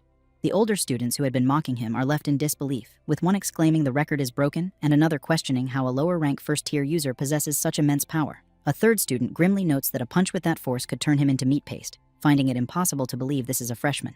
2 female students in the crowd are equally astonished, one commenting that the top 1,000 on the leaderboard are era-leading figures and wondering how exceptional the new number 1 must be, while her friend adds that the record stood for over 10 years and insists on recording this historic moment. Even Liu Wentao is ecstatic. He grabs Xu Jingming and declares he will follow him from now on.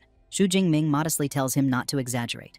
He inwardly reflects on the outcome, pleased that the Thunder Tyrannosaurus's essence blood is highly compatible with him and provided an immediate improvement in strength. The AI, Eva, formally congratulates him for breaking the record and announces a 400 credit reward issued to his account. Xu Jingming asks if he can earn more credits by breaking the record again, but Eva clarifies the reward is only for the first time and that he can challenge the other level pillars for new rewards, so he looks up at the 4 pillars for 2nd to 5th tier users and decides to break those records later. Meanwhile, Liu Wentao becomes a hype man as a group of impressed female students gather around him and he points out his amazing roommate. The girls quickly swarm a bewildered Xu Jingming, with some offering to teach him how to use equipment and others trying to recruit him for their club. Overwhelmed, Xu Jingming is pulled away by Liu Wentao, who suggests they escape to a private training room. Elsewhere, at his master's residence, Dean Yang Zhentian enjoys tea while his senior disciple Liu Ming shows him a phone report that Xu Jingming is a hot topic on the campus forums. Dean Yang Zhentian marvels at his exaggerated physical strength, questioning why he ran off to break records instead of resting. Liu Ming reflects that when he was a high-rank first-tier user with the first layer of the Thunder Indestructible body, he only managed a little over 3,500 kilograms, concluding with awe that his new junior is on a completely different level. In a luxurious apartment, a young man with dark hair and a brown jacket stares at his phone and erupts in rage, slamming his hand on the marble countertop. The glass beside him shatters as his hand is covered in orange flames and blue lightning. He fumes that Xu Jingming has also come to Modu, his face contorted with anger as he thinks about how Xu Jingming's success made him miss his chance to be the top scorer of Jiangcheng province and turned him into a laughingstock in his home city. Clenching his fiery fist, he fiercely vows to take back all the honor he believes is his.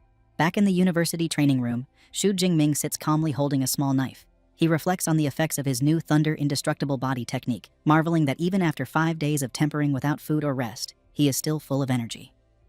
To test his new durability, he lightly drags the sharp blade across his hand. The knife makes a metallic sound but fails to break the skin, leaving only a faint white mark. He is impressed, realizing his body's defense is now like E-grade alloy.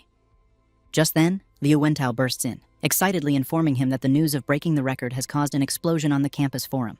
Countless students are challenging him.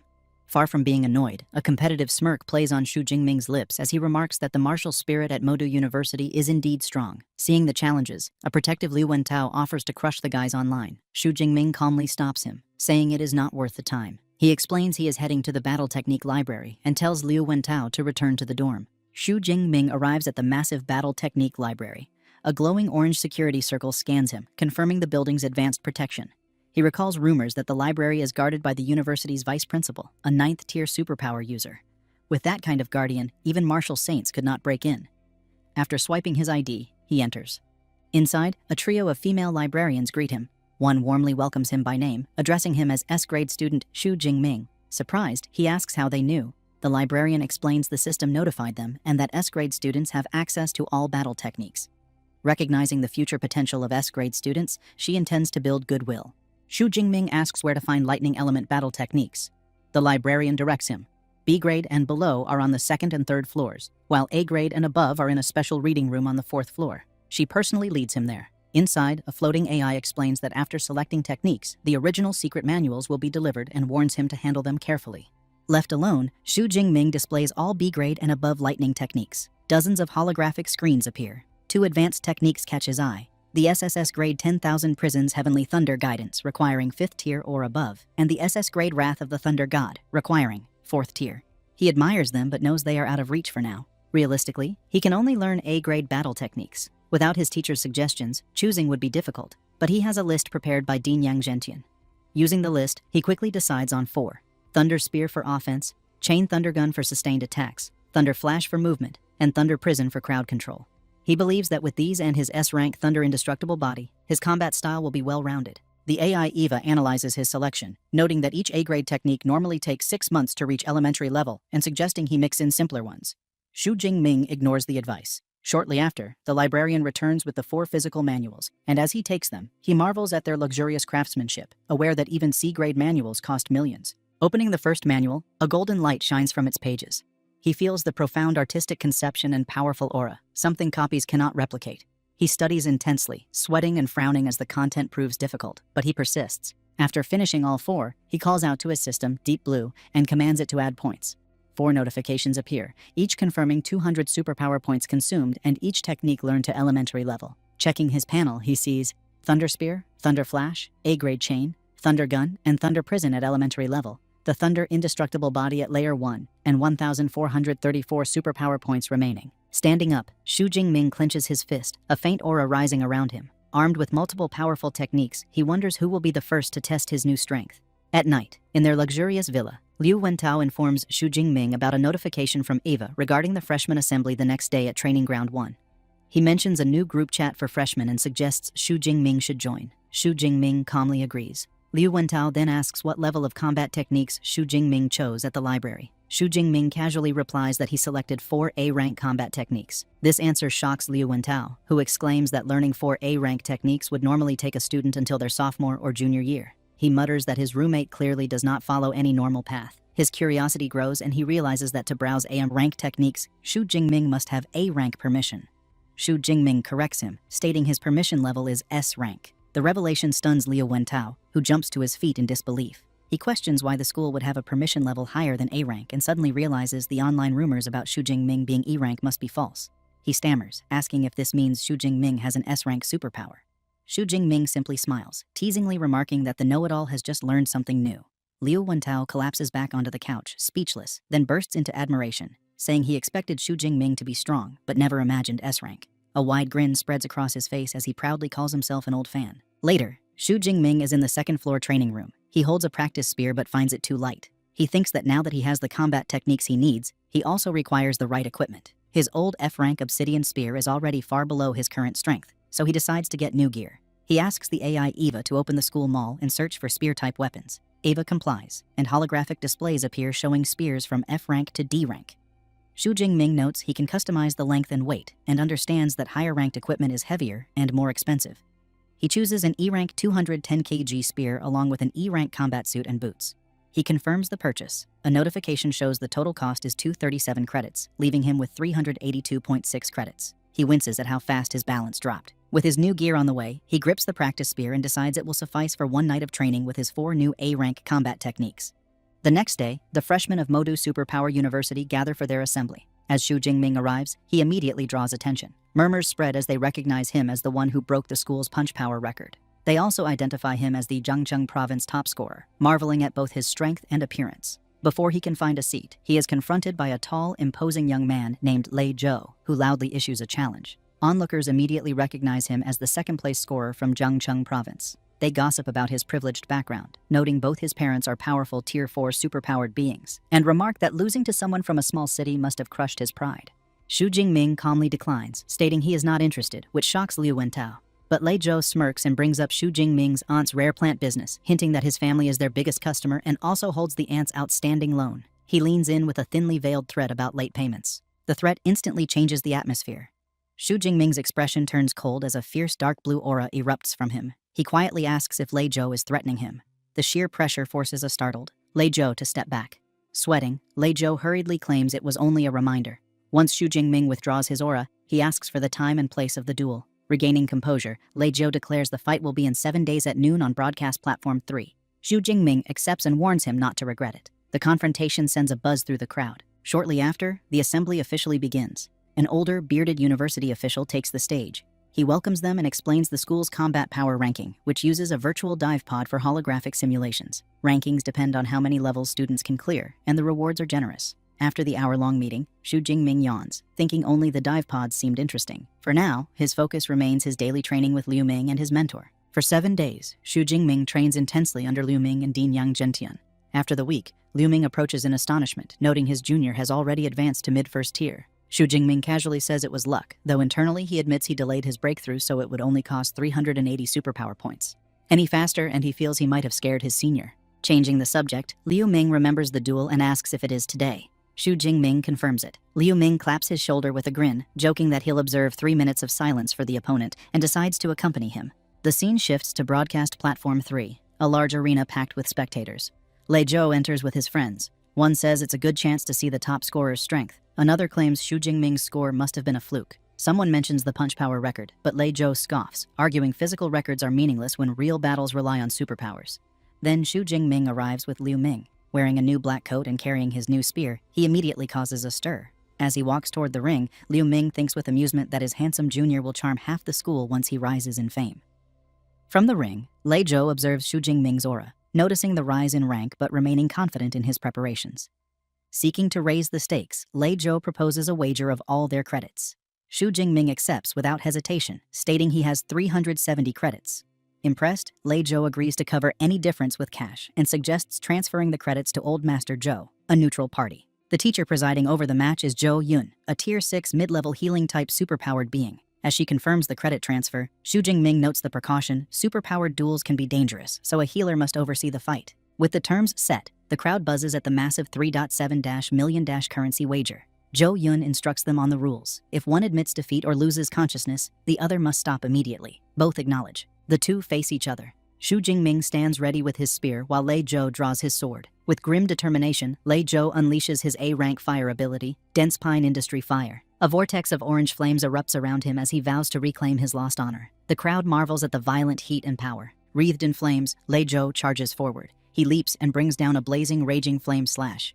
In response, Xu Jingming simply swings his spear in a basic upward arc. The clean block completely disperses the flaming strike. The audience gasps. They cannot believe a normal attack negated an A-rank move. Lei Zhou stands frozen and manages only a shaken mutter of how it could be possible. With the attack neutralized, Xu Jingming looks at him with cold indifference. Purple lightning crackles around him as he tells Lei Zhou that nothing is impossible. It only looks that way because Lei Zhou is far too weak. Then, Xu Jingming launches a devastating counterattack. Surrounded by a torrent of purple lightning, he lunges forward and strikes Lei Zhou squarely in the chest, sending him flying backward. The purple lightning courses through Lei Zhou's body, making him cry out in agony. The force of the blow sends his sword flying amidst a spray of blood before he lands hard on the ring floor, slumping over in defeat. The crowd is stunned. Lei Zhou's supporters gape in disbelief, one shouting that the fight ends in only 2 moves. Another curses the earlier claims about Lei Zhou being stronger. Everyone quickly realizes Xu Jingming's strength sits on an entirely different level than the other freshmen. On the sidelines, Liu Ming looks bored, thinking the match does not force his junior to use even a tenth of his power. Back in the ring, teacher Zhou Yun prepares to announce the winner. But Lei Zhou drags himself upright, insisting he is not defeated. Desperately, he pulls out a small red pill. Zhou Yun's face changes instantly. She recognizes a rampaging blood pill and shouts a warning, telling him it is not worth risking his life. The audience murmurs in alarm. They know the pill can multiply strength several times but brings crippling side effects. They wonder why he would gamble his future for a single duel. Lei Zhou ignores everyone and declares he will accept any consequences. Some students, including Liu Wentao, protest the use of such a drug. Teacher Zhou Yun explains that since the battle is unofficial, weapons, suits, and performance enhancers are all allowed. As she speaks, Lei Zhou swallows the pill. She finishes by adding that Xu Jingming would also be allowed to use one if he had it. The pill takes hold quickly. Lei Zhou's body erupts in an intense fire aura, his eyes glowing a fierce orange. Zhou Yun frowns, noting the pill is high grade and has pushed him to the lower second tier. She concludes Xu Jingming is now in danger. Faced with his opponent's power-up, Xu Jingming's own battle intent surges. Purple lightning erupts around him. Zhou Yun nods slightly, thinking he shows the calm mindset of a true general. Gripping his spear, Xu Jingming allows a confident smile. At last, the fight feels like something other than an adult beating a child. He steps forward, lightning exploding beneath his boots as he charges with blinding speed. Lei Zhou is shocked by the velocity. The two collide at the center of the ring with explosive force. Lei Zhou barely blocks the first thrust but is driven backward, forced onto one knee by the impact. Flames flicker wildly around him as disbelief fills his eyes. Even boosted to second tier, he cannot understand how he still cannot match him. Realizing close combat is hopeless, Lei Zhou leaps away and hurls a volley of fireballs. Xu Jingming casually swings his spear, a vortex of lightning deflecting everything. He asks mockingly if that is truly all Lei Zhou can do. Frustrated and sweating, Lei Zhou clings to a single hope, exhausting Xu Jingming before the pill's boost fades. But Xu Jingming decides to end it. He raises his hand and compresses massive purple energy into a solid lightning spear, his A-rank thunder spear. It flies across the ring and slams into Lei Zhou's shoulder, tearing through his defenses. Staggering, Lei Zhou is struck by the cold realization that Xu Jingming also wields devastating long-range power. Before he recovers, another technique descends. A sphere of lightning forms overhead, pouring down violent purple torrents. Lei Zhou stares up in panic, wondering what skill this is. Xu Jingming answers coldly, Thunder Prison. A cage of crackling lightning traps Lei Zhou where he stands. Cursing, Lei Zhou summons a spinning flame barrier around himself. Trapped but stubborn, he shouts that if he cannot escape, then Xu Jingming cannot enter either. Xu Jingming remains unmoved. The barrier looks flimsy in his eyes, nothing more than a glowing shell. Instead of a drawn-out contest, he leaps high into the air. Dozens of massive purple spears appear above him, each humming with lethal power, an overwhelming storm resembling a monstrous version of chain thunder gun. Lei Zhou looks up and feels pure terror. He knows one hit will kill him. With pride shattered and survival taking over, he screams his surrender. At the last instant, the tip of the leading lightning spear stops inches from his eye. The barrage fades as Xu Jingming lands. He steps forward and thrusts his real spear into Lei Zhou's chest, sealing the result beyond all doubt. Xu Jingming pulls his spear free, leaving Lei Zhou kneeling in defeat. Teacher Zhou Yun announces the winner. The crowd erupts in shock. They marvel at how Xu Jingming chains 4 different battle techniques in seconds. 2 students whisper guesses that the techniques must be B grade. One admits the best technique he has learned is only C grade. Standing nearby, Liu Ming overhears and nearly chokes. He thinks they are severely underestimating his junior. He knows the truth. Xu Jingming picked 4 A-grade techniques and has already mastered them to a usable level. He recalls how he dared choose only 1 A-grade technique as a freshman and needed 4 months to learn it. Having such a monstrous junior puts pressure even on him. Back in the ring, a humbled Lei Zhou struggles to stand. He thanks Xu Jingming for sparing him and admits he is completely defeated. He promises the wagered credits and cash now belong to him and vows he will pay what he owes Xu Jingming's aunt on time. Teacher Zhou Yun confirms the transfer of 50 credits and 3.2 million currency to Xu Jingming's account. He thinks a gambling match is an efficient way to earn money. With the duel over, Liu Wentao rushes in, cheering wildly. He tells Brother Ming he is now a rich man and insists on celebrating in the city center that evening. Xu Jingming begins to refuse, explaining he has training scheduled, but Liu Ming encourages him to go, reminding him that proper rest is part of long-term success. Xu Jingming accepts the advice. As they prepare to leave, Liu Wentao excitedly points at Liu Ming, bragging about his reputation as vice president of the Ash Club and a user of an A-rank lightning ability. As the 2 roommates walk off, Liu Wentao proudly says he already has the entire program planned for the night. A suspicious Xu Jingming asks what kind of program. Liu Wentao turns with a wide mischievous grin and reveals his grand plan. The one thing no university life is complete without: a social mixer. Next day, at a lavishly set table for a social gathering, Liu Wentao approaches Xu Jingming with excitement. He explains that after posting an invitation on the campus forum, over 100 people registered, and he had a difficult time selecting the guests. Xu Jingming smiles and comments on his friend's dedication, asking about the final choices. Liu Wentao playfully keeps it a secret, but soon spots the arriving guests and calls them over. 2 young women approach. One wearing glasses introduces herself as Qi Dongxia, and her companion with dark hair introduces herself as her roommate, Song Chu-yun. Liu Wentao proudly presents them to Xu Jingming, highlighting their abilities. He notes Qi Dongxia has an A-rank beast-type ability, while Song Chu-yun is a high-level first-tier user with an A-rank light element ability and was the top scorer in her province. Xu Jingming politely introduces himself. Upon hearing his name, Song Chu-yun shows surprise and immediately expresses interest in a sparring match, inviting him to choose the time and place. Qi Dongxia calls her a battle maniac for suggesting a fight so soon and reminds her they are there to socialize. Song Chu-yun admits her main reason for attending was the opportunity to spar with Xu Jingming. Xu Jingming steps in to smooth the situation by inviting them to sit down. Liu Wentao clarifies the plan for today is just to have fun, eat, and go shopping together. The group spends the evening at the bustling Huaihai shopping street. Song Chu-yun looks up at the towering skyscrapers in awe of the city's magnificence. As they walk, Qi Dongxia admires clothes in a window, while Xu Jingming notices the wide array of high-end equipment for superpowered individuals, including A-rank weapons. He observes displays of blades and elixirs, thinking this commercial center offers a far greater selection than his hometown, Jiangcheng. They enjoy street food together and browse a clothing boutique. When the girls shop, Xu Jingming offers to hold Song Chu-yun's shopping bag, and their hands briefly touch during the exchange. Later, he watches them look at jewelry displays, and by the end of the evening, he carries many shopping bags, surprised they spent several million in just a few hours. Liu Wentao remarks that despite Song Chu-yun's simple style, she is quite wealthy. When Xu Jingming seems curious, Liu Wentao leans in to explain her powerful family background. Qi Dongxia cheerfully calls for help with one final bag, and Song Chu-yun suggests it is time to head back. The night ends with Xu Jingming and Liu Wentao walking the girls to their impressive villa. Song Chu-yun tells them they had a lot of fun, but before leaving, she turns to Xu Jingming with a serious expression, reiterating her intent to formally challenge him to a sparring match one day. His confident smile returns as he accepts, saying he looks forward to it. Song Chu-yun seems pleased before going inside. Once inside, Qi Dongxia teases her friend, noting she has never seen Song Chu-yun show a pleasant expression to any boy until Xu Jingming. Qi Dongxia happily concludes it was a great idea to bring her. Song Chu-yun explains her usual coldness stems from her A-rank light element ability, which allows her to perceive others' inner thoughts. She constantly encounters impure intentions from boys but finds Xu Jingming different because her ability reveals only appreciation from him, with no impure thoughts. She thoughtfully concludes he is special. Qi Dongxia gets a mischievous look, teasingly suggesting Miss Song has developed a crush. As the boys walk back, Liu Wentao reflects with satisfaction on the relaxing evening, and Xu Jingming quietly agrees.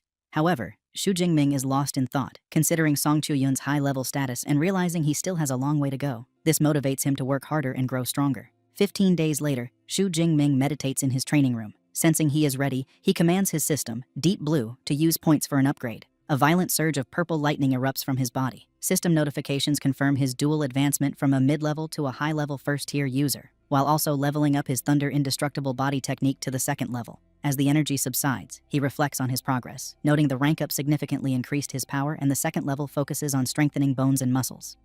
Consulting the training manual, he learns that reaching the 3rd level will unlock a special ability called Thunder Extreme State, providing a temporary but immense boost to power and speed. He checks his system panel and is pleased but disappointed to see only 62 ability points left, insufficient for the next level. He decides to ask his master for leave to go to the wilderness, hunt beasts, and gather more ability points. Later, during a visit to his master's residence, Dean Yang Gentian is shocked by Xu Jingming's rapid advancement, asking if he has broken through again. Xu Jingming calmly confirms his progress from the previous night and mentions his body tempering technique has reached the 2nd level. The dean is inwardly amazed, thinking his student discusses difficult breakthroughs as if they were simple. He concludes that with an S-rank ability and such hard training, nothing is impossible for Xu Jingming. His senior disciple, Liu Ming, remarks that his junior brother is a monster, recalling it took him half a year to achieve the same advancement. Dean Yang Gentian advises Xu Jingming that leveling up is important, but he must not neglect combat training. To test his new strength, the dean suggests a sparring match against Liu Ming, which Xu Jingming eagerly accepts. In the training room, Liu Ming states he will suppress his power to that of a low-level 2nd-tier user and instructs Xu Jingming to fight with full strength. After a countdown, the match begins. Both warriors leap forward, and their spears meet in a powerful clash, erupting in a brilliant explosion of purple and green energy. Liu Ming is surprised by his junior brother's strength, which almost matches his own even with suppressed power. Xu Jingming, covered in purple lightning, feels thrilled to face an opponent of equal strength for the first time since getting his system. He decides to press his advantage by concentrating a sphere of lightning and unleashing his Thunder Prison technique. The massive orb of electricity forces Liu Ming to defend. Before his senior can recover, Xu Jingming leaps and follows up with a volley of lightning spears, similar to his chain thunder gun technique. Liu Ming recognizes the combination, smirks, and declares he is no mere freshman. He gathers his power and unleashes a devastating counterattack called Jade Pivot True Thunder, a massive torrent of teal-colored lightning. 20 minutes later, the intense battle ends. An exhausted Xu Jingming leans on his spear and concedes the match, admitting his divine thunder energy is depleted and he has lost. Liu Ming reassures him, explaining he did not lose due to skill but because of lower energy reserves. Their master, Dean Yang Gentian, approaches and praises the fight as an exciting spectacle, admitting Xu Jingming's performance far exceeded expectations. He thought Liu Ming would win easily, but they were so evenly matched that the outcome was decided by attrition. Liu Ming then asks if Xu Jingming is aware of his combat power level during the fight. When Xu Jingming looks puzzled, Liu Ming makes a stunning declaration that his power is now unrivaled in the 2nd tier. This assessment leaves Xu Jingming looking thoughtful and determined. After the intense sparring session, Dean Yang Gentian announces the end of training and instructs everyone to rest. The butler, Uncle Fu, brings a tray of spirit fruits, explaining they are ideal for recovery. Xu Jingming approaches his master with a request to leave the university for a trip into the wilderness. He reveals his plan to stay for over a month, returning just before the freshman competition. The dean expresses concern, warning that the wilderness is far more dangerous than exam grounds due to the absence of army protection and unpredictable high-level beasts. However, seeing his disciple's determination, he relents and advises Xu Jingming to flee immediately if any situation turns dangerous. He emphasizes that the path to power involves life and death crises and will not stand in his way. Xu Jingming bows in gratitude. When asked about his destination, he mentions the wilderness near Yuanshui City. The dean feels relieved because that area only has beasts up to tier 4 or 5, making it relatively safer. He promises to have Liu Ming share valuable experience and offers a suitable weapon as a gift, using a glowing ring to prepare it. Back in his dorm, Xu Jingming sits with his new spear and packed bag. He asks the AI Eva to open the university's mission system, recalling Liu Ming's advice to accept missions for extra credits. He reviews various tasks, noting that higher reward missions like A and B ranks involve combat, which aligns with the university's training model of pushing students into dangerous situations to grow stronger. He selects 1 A rank and 3 B rank missions for his trip. After preparing, he puts on his combat attire, shoulders his backpack, and sets out immediately with Eva wishing him luck. He arrives at the Yuanshui City Supply Base, a bustling town in a mountainous region serving as a forward base for wilderness adventurers. The streets are filled with teams recruiting for beast hunting. Xu Jingming enters a registration hall for adventurers, where a receptionist in a red dress greets him warmly. He states his purpose to register as an adventurer, showing his Modu Superpower University ID. The receptionist is impressed but notes it is rare for a first-tier user to venture out so soon. Still, she processes his registration and suggests he wait in the hall. While waiting, Xu Jingming observes other adventurers. Suddenly, a commotion erupts as Jiang Chuxian, a stylish second-year student from Modu University with long white hair and sunglasses, arrives with bodyguards and a cameraman. Onlookers recognize her as a popular online figure with millions of followers and speculate she is filming new content. Xu Jingming notes her beauty is comparable to Song Chuyun's. Just then, the receptionist calls him over, handing him an adventurer card and a satellite smartwatch with a wilderness map detailing beast activity and danger levels, and he thanks her. But just as he turns to leave, a shady man named Zhao Chunlin stops him, guessing it is his first trip and offering to sell essential elixirs at low prices. Xu Jingming knows standard first-grade elixirs cost much more, so he realizes it is a scam targeting newcomers. He calmly confronts Zhao Chunlin, asking how many people he has cheated. Zhao Chunlin becomes aggressive, getting in his face and threatening him. Before things escalate, Wang Qian, a woman with short dark hair, intervenes, shouting at Zhao Chunlin and accusing him of scamming newbies again. Zhao Chunlin mutters that Xu Jingming is lucky and delivers a sinister threat, warning him not to leave the supply base or he will regret it. With that, Zhao Chunlin leaves while other adventurers gossip that Xu Jingming provoked a mid-level second-tier user and is in trouble. Wang Qian warns Xu Jingming about Zhao Chunlin's vengeful nature and powerful connections, advising him to stay inside and buy supplies from official channels. Xu Jingming thanks her, thinking she is kind-hearted. He refocuses on his plans, purchasing all necessary supplies like healing and antidote elixirs from an official counter. And after purchasing those and stowing them in his backpack, he leaves the hall. But outside, Zhao Chunlin and his cronies are already blocking his path. Zhao Chunlin mockingly comments on his defiance and demands respect. He threatens to break both of Xu Jingming's legs unless he pays 1 million and kneels in apology. Xu Jingming remains unfazed, and a faint crackle of purple lightning emerges from his body as he tells him to shut up. The energy surge startles Zhao Chunlin. Before anyone can react, Xu Jingming disappears in a flash of purple lightning, reappearing behind Zhao Chunlin and striking him down with a single devastating blow. The force sends Zhao Chunlin flying backward, leaving him battered and bloody. Xu Jingming slams Zhao Chunlin with such force that he crashes through a nearby stone wall, shattering it. The onlookers, including the kind adventurer woman and her companions, are left speechless by the sudden display of power. Xu Jingming stands calmly in the devastated courtyard, unfazed. The crowd murmurs in shock, some admitting they did not even see the attack, others saying they worried for the newcomer but never expected such strength. Everyone quickly agrees that Zhao Chunlin picked the wrong opponent. The kind adventurer woman and her friend try to process what they witnessed. The woman admits she could not follow Xu Jingming's movements, and her blonde companion winces at Zhao Chunlin's condition, guessing his legs and pelvis must be shattered and that he will be crippled even if he survives. The kind woman remarks that Xu Jingming is not only incredibly strong but also ruthless, the signature of someone trained at Modu Superpower University. When asked how she knows, she explains she recognized the exclusive university combat suit. Impressed, the woman, Wang Qian, suggests recruiting him, saying their team is short one attacker. Her teammate protests, reminding her their team is all female. The others tease Wang Qian, suggesting she only wants him on board because he is handsome, though none of them deny they would approve of him joining. Wang Qian becomes flustered. Ignoring the chatter, Xu Jingming walks to the wilderness entry gate. He scans his adventurer card. A notification confirms permission to enter. He steps through the massive gate into the vast Yuanshui wilderness, a dense and untamed forest. A powerful beast roar echoes through the trees, a Tier 4 creature marking territory. Xu Jingming notes it calmly. Those beasts are not his targets today. He plans his hunt. The wilderness is divided into a ruined city and a mountain forest. City zone beasts are generally weaker, making them perfect for harvesting ability points. He pulls up a holographic map, selecting Ping'an County, where data shows mostly Tier 2 beasts with a few Tier 1 and no higher tiers. With an estimated 500 to 600 beasts, it is the ideal starting point. With a determined cry, Xu Jingming declares his arrival and sprints forward, blue aura wrapping around him as he races through the forest. He enters the ruined streets. A ferocious Tier 2 shadow cat lunges from the darkness. Xu Jingming sees it as free ability points but suddenly clutches his chest in pain. The violent negative emotions from the Thunder Tyrannosaurus blood surge within him, filling him with an overwhelming urge to kill.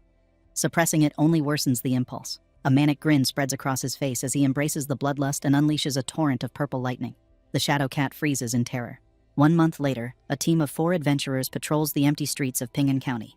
One asks their bald, red-bearded captain why the entire area is deserted despite searching all day.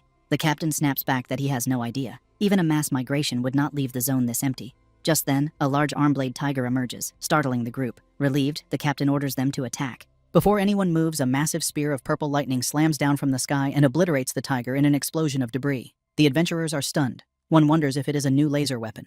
The captain shakes his head, deducing it is a lightning combat technique. He realizes the blast is a warning. A powerful individual has claimed the county and commands his team to leave immediately.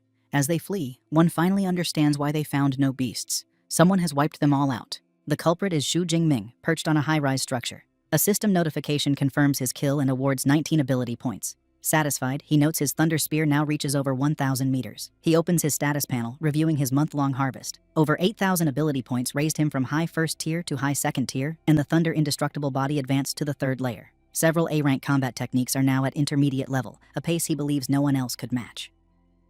With the entire county cleared, he decides to return to the supply base for the night before heading deeper into the wilderness.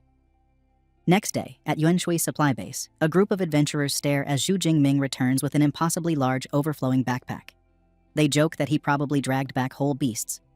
Quietly, Xu Jingming is grateful he purchased a reinforced pack. It held over 400 kilograms of materials. He goes to the adventurer hall to sell his haul. The receptionist politely asks what he wishes to sell and directs him to a scale. Xu Jingming opens the massive pack, revealing a mountain of high-quality beast parts. He informs her that he has over 400 kilograms of Tier 2 materials and requests evaluation. Overwhelmed, she calls for assistance. A well-dressed man arrives with 2 attendants. He introduces himself as manager Zhao Yi, head of acquisitions. After Xu Jingming introduces himself, Zhao Yi shakes his hand, impressed by someone so young hunting so much. He offers to have staff handle the weighing and invites Xu Jingming to sit. Floating scanner drones inspect the materials. Zhao Yi, seeing the sheer volume, decides to maintain a good relationship. He presents a platinum membership card, granting discounts on all purchases. Xu Jingming accepts politely. A female employee soon brings the inventory report.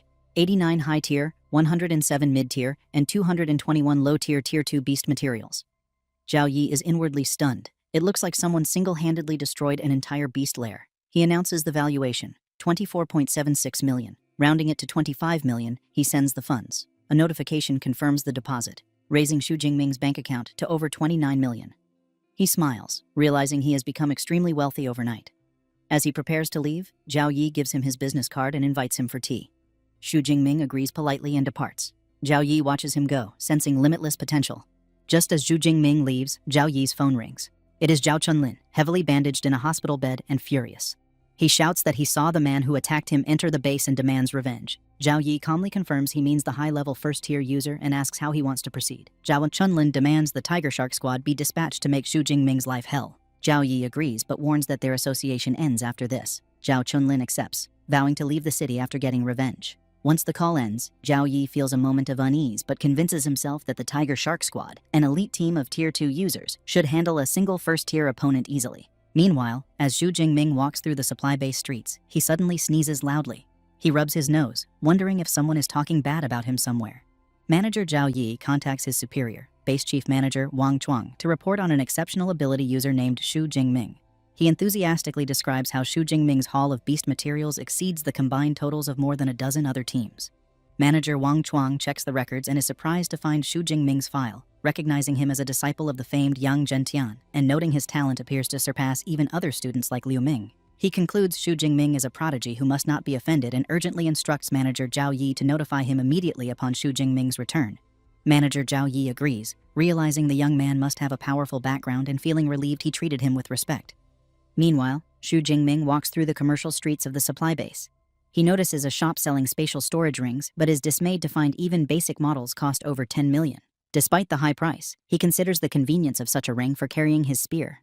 His thoughts are interrupted by a phone call from his roommate, Liu Wentao, who cheerfully asks when he will return to the university. Xu Jingming replies he will be back in about half a month and inquires if something is wrong, unaware that he is being watched from a hidden alley. Zhao Chunlin, seated in a wheelchair and surrounded by the Tiger Shark Squad mercenaries, points out Xu Jingming as his target.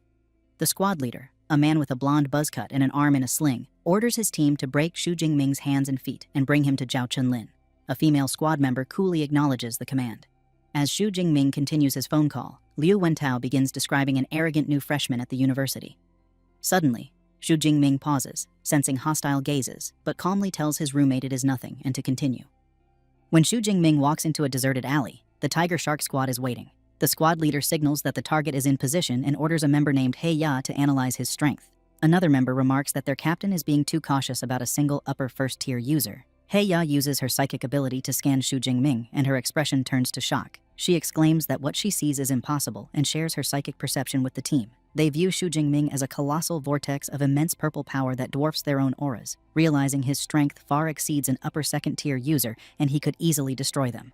The leader's face twists in fury as he understands their intelligence was wrong and Zhao Chunlin sent them on a suicide mission. He immediately aborts the operation, ordering a retreat and vowing to settle the score later. From the alley, Xu Jingming watches the squad members leap away and vanish, leaving him confused by their sudden withdrawal. He quickly deduces that only Zhao Chunlin holds a grudge against him and assumes this was a failed revenge attempt.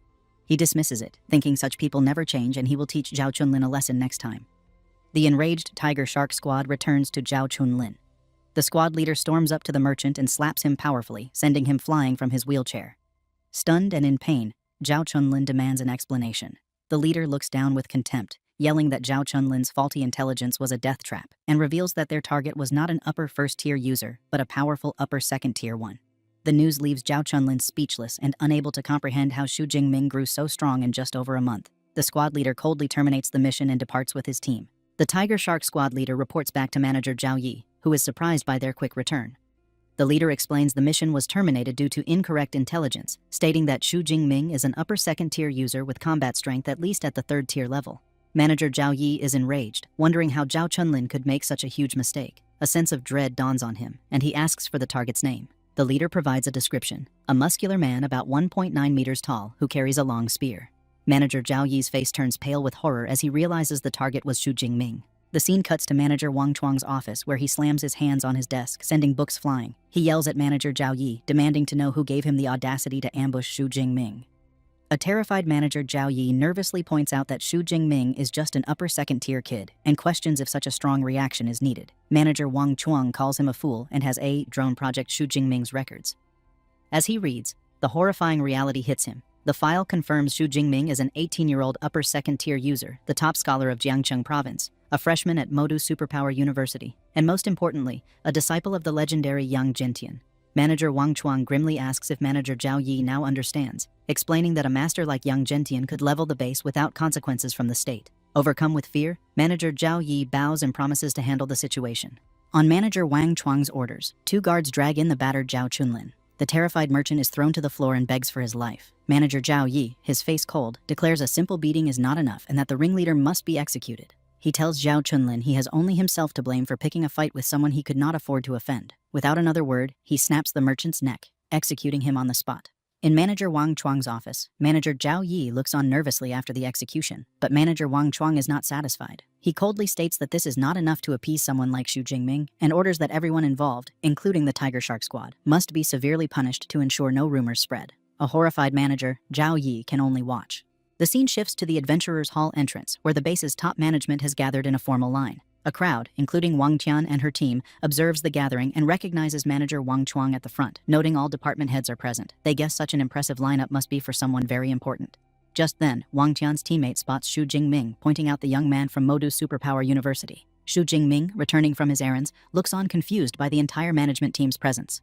Manager Wang Chuang steps forward and warmly welcomes student Xu, introducing himself as the base chief manager. Seeing the base's highest authority personally greeting him leaves Wang Tian and her friends shocked, realizing there is much more to Xu Jingming's identity. Manager Wang Chuang offers a formal apology, informing Xu Jingming that Zhao Chunlin has been punished and all accomplices have been rounded up and will spend their lives in prison. To make amends, he explains the base has prepared reparations. Xu Jingming is impressed, thinking the chief manager handles matters cleanly and decisively. A female attendant brings forward a box, presenting Xu Jingming with the base's highest-level black gold membership card, which grants free lodging and a minimum 20% discount on all purchases. Another attendant then presents a second gift, a small box containing a 1 cubic meter space ring. The incredible value of this gift leaves Xu Jingming completely stunned as he realizes what he is being offered. Xu Jingming holds the space ring and notes that its market value is at least 50 million. He accepts the gift as a sincere gesture from manager Wang Chuang. The manager praises his boldness, typical of Yang Zhentian students, and mentions that his senior disciple Liu Ming also trained at the base. Before Xu Jingming leaves, manager Wang Chuang assures him of his significant influence in the city and offers assistance if needed. Xu Jingming understands this special treatment stems entirely from his master's powerful reputation. Later, in a luxurious room provided through his new black gold membership, Xu Jingming finally relaxes after a month of intense training. He binds the space ring to himself by leaving a spiritual imprint, a process he completes easily due to his strong spiritual power. Testing the ring, he finds he can retrieve and store items with a simple thought. Though it cannot hold living things, he appreciates its convenience. Soon, his rest is interrupted by a call from his master, Yang Zhentian.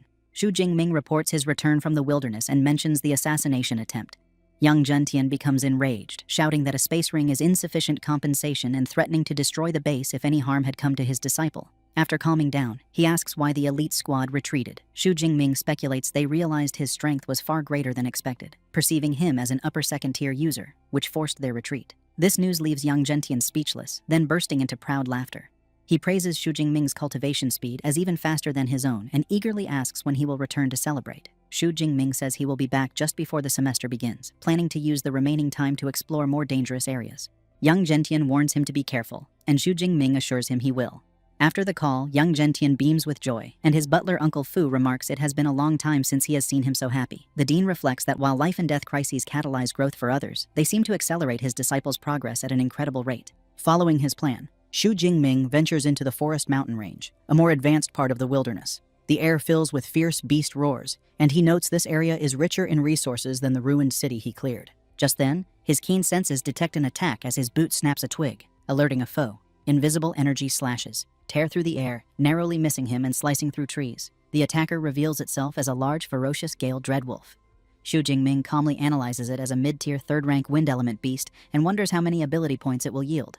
As he prepares to fight, another group approaches. The popular streamer Jiang Chuxian, with her bodyguards and cameraman. One bodyguard points out the Gale Dreadwolf, suggesting it would be perfect for Miss Jiang to defeat on camera. The team leader orders his subordinate to block the wolf's escape, intending to claim the beast. Xu Jingming observes this, thinking they are trying to steal his kill, which violates wilderness rules where the first person to find a resource claims it.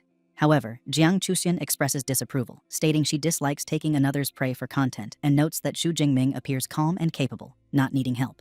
The team leader complains quietly, but agrees to find another beast.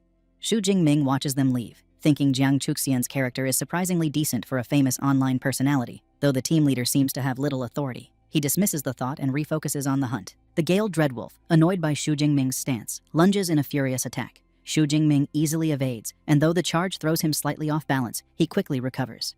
Channeling his lightning power, he brings his spear down with immense force, plunging the electrified tip into the beast's skull. The beast collapses, and a system notification awards him 34 ability points. Xu Jingming reflects with satisfaction that over 30 points from a single third-rank beast is quite good. With a smirk, he looks forward to hunting as many beasts as possible in the last 10 days of his expedition. 7 days later, Xu Jingming's hunt continues. He finds a troop of large ape-like beasts and unleashes a massive spear of pure energy from the sky, creating a powerful explosion that leaves a crater and heavily wounds the leader. Surprised his thunder spear did not instantly kill the leader, he acknowledges the durability of a third-rank beast leader. With purple lightning crackling around him, he decides not to waste time on lesser beasts and resolves to finish them all quickly. He charges into the group, moving like a blur and striking them down with his spear. Standing over the defeated apes, he checks his system panel with a satisfied smile, seeing over 3,000 ability points. He thinks this should be enough to learn the powerful S-rank combat techniques he has been anticipating.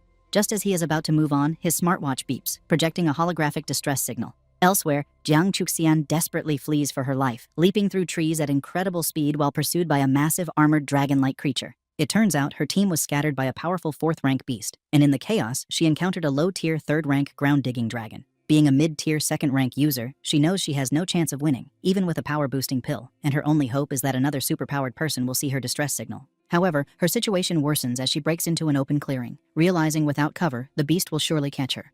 She looks hopeless, and the creature closes in, but before it could make a move on her, a massive spear of pure purple lightning descends from the sky, slamming in front of the creature and stopping its attack.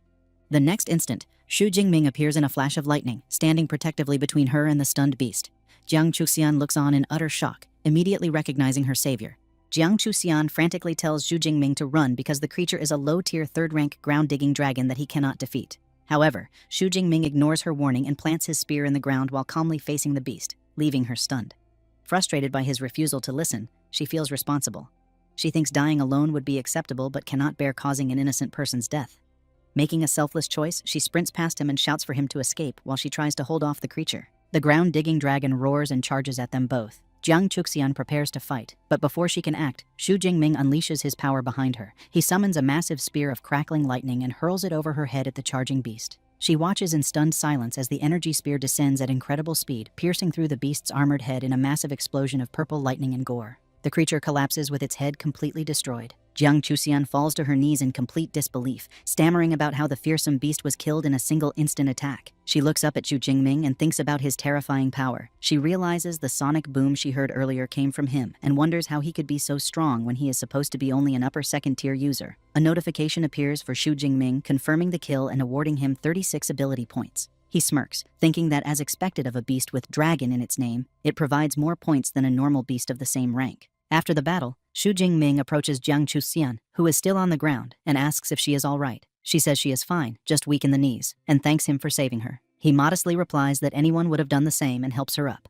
Standing, Jiang Chuxian says she owes him a great debt for saving her life and he can ask for anything in the future. Xu Jingming politely declines but suggests an autographed photo for his roommate would be the best reward. The request surprises her, but she agrees, saying she does not have one with her but can give it to him at the supply base.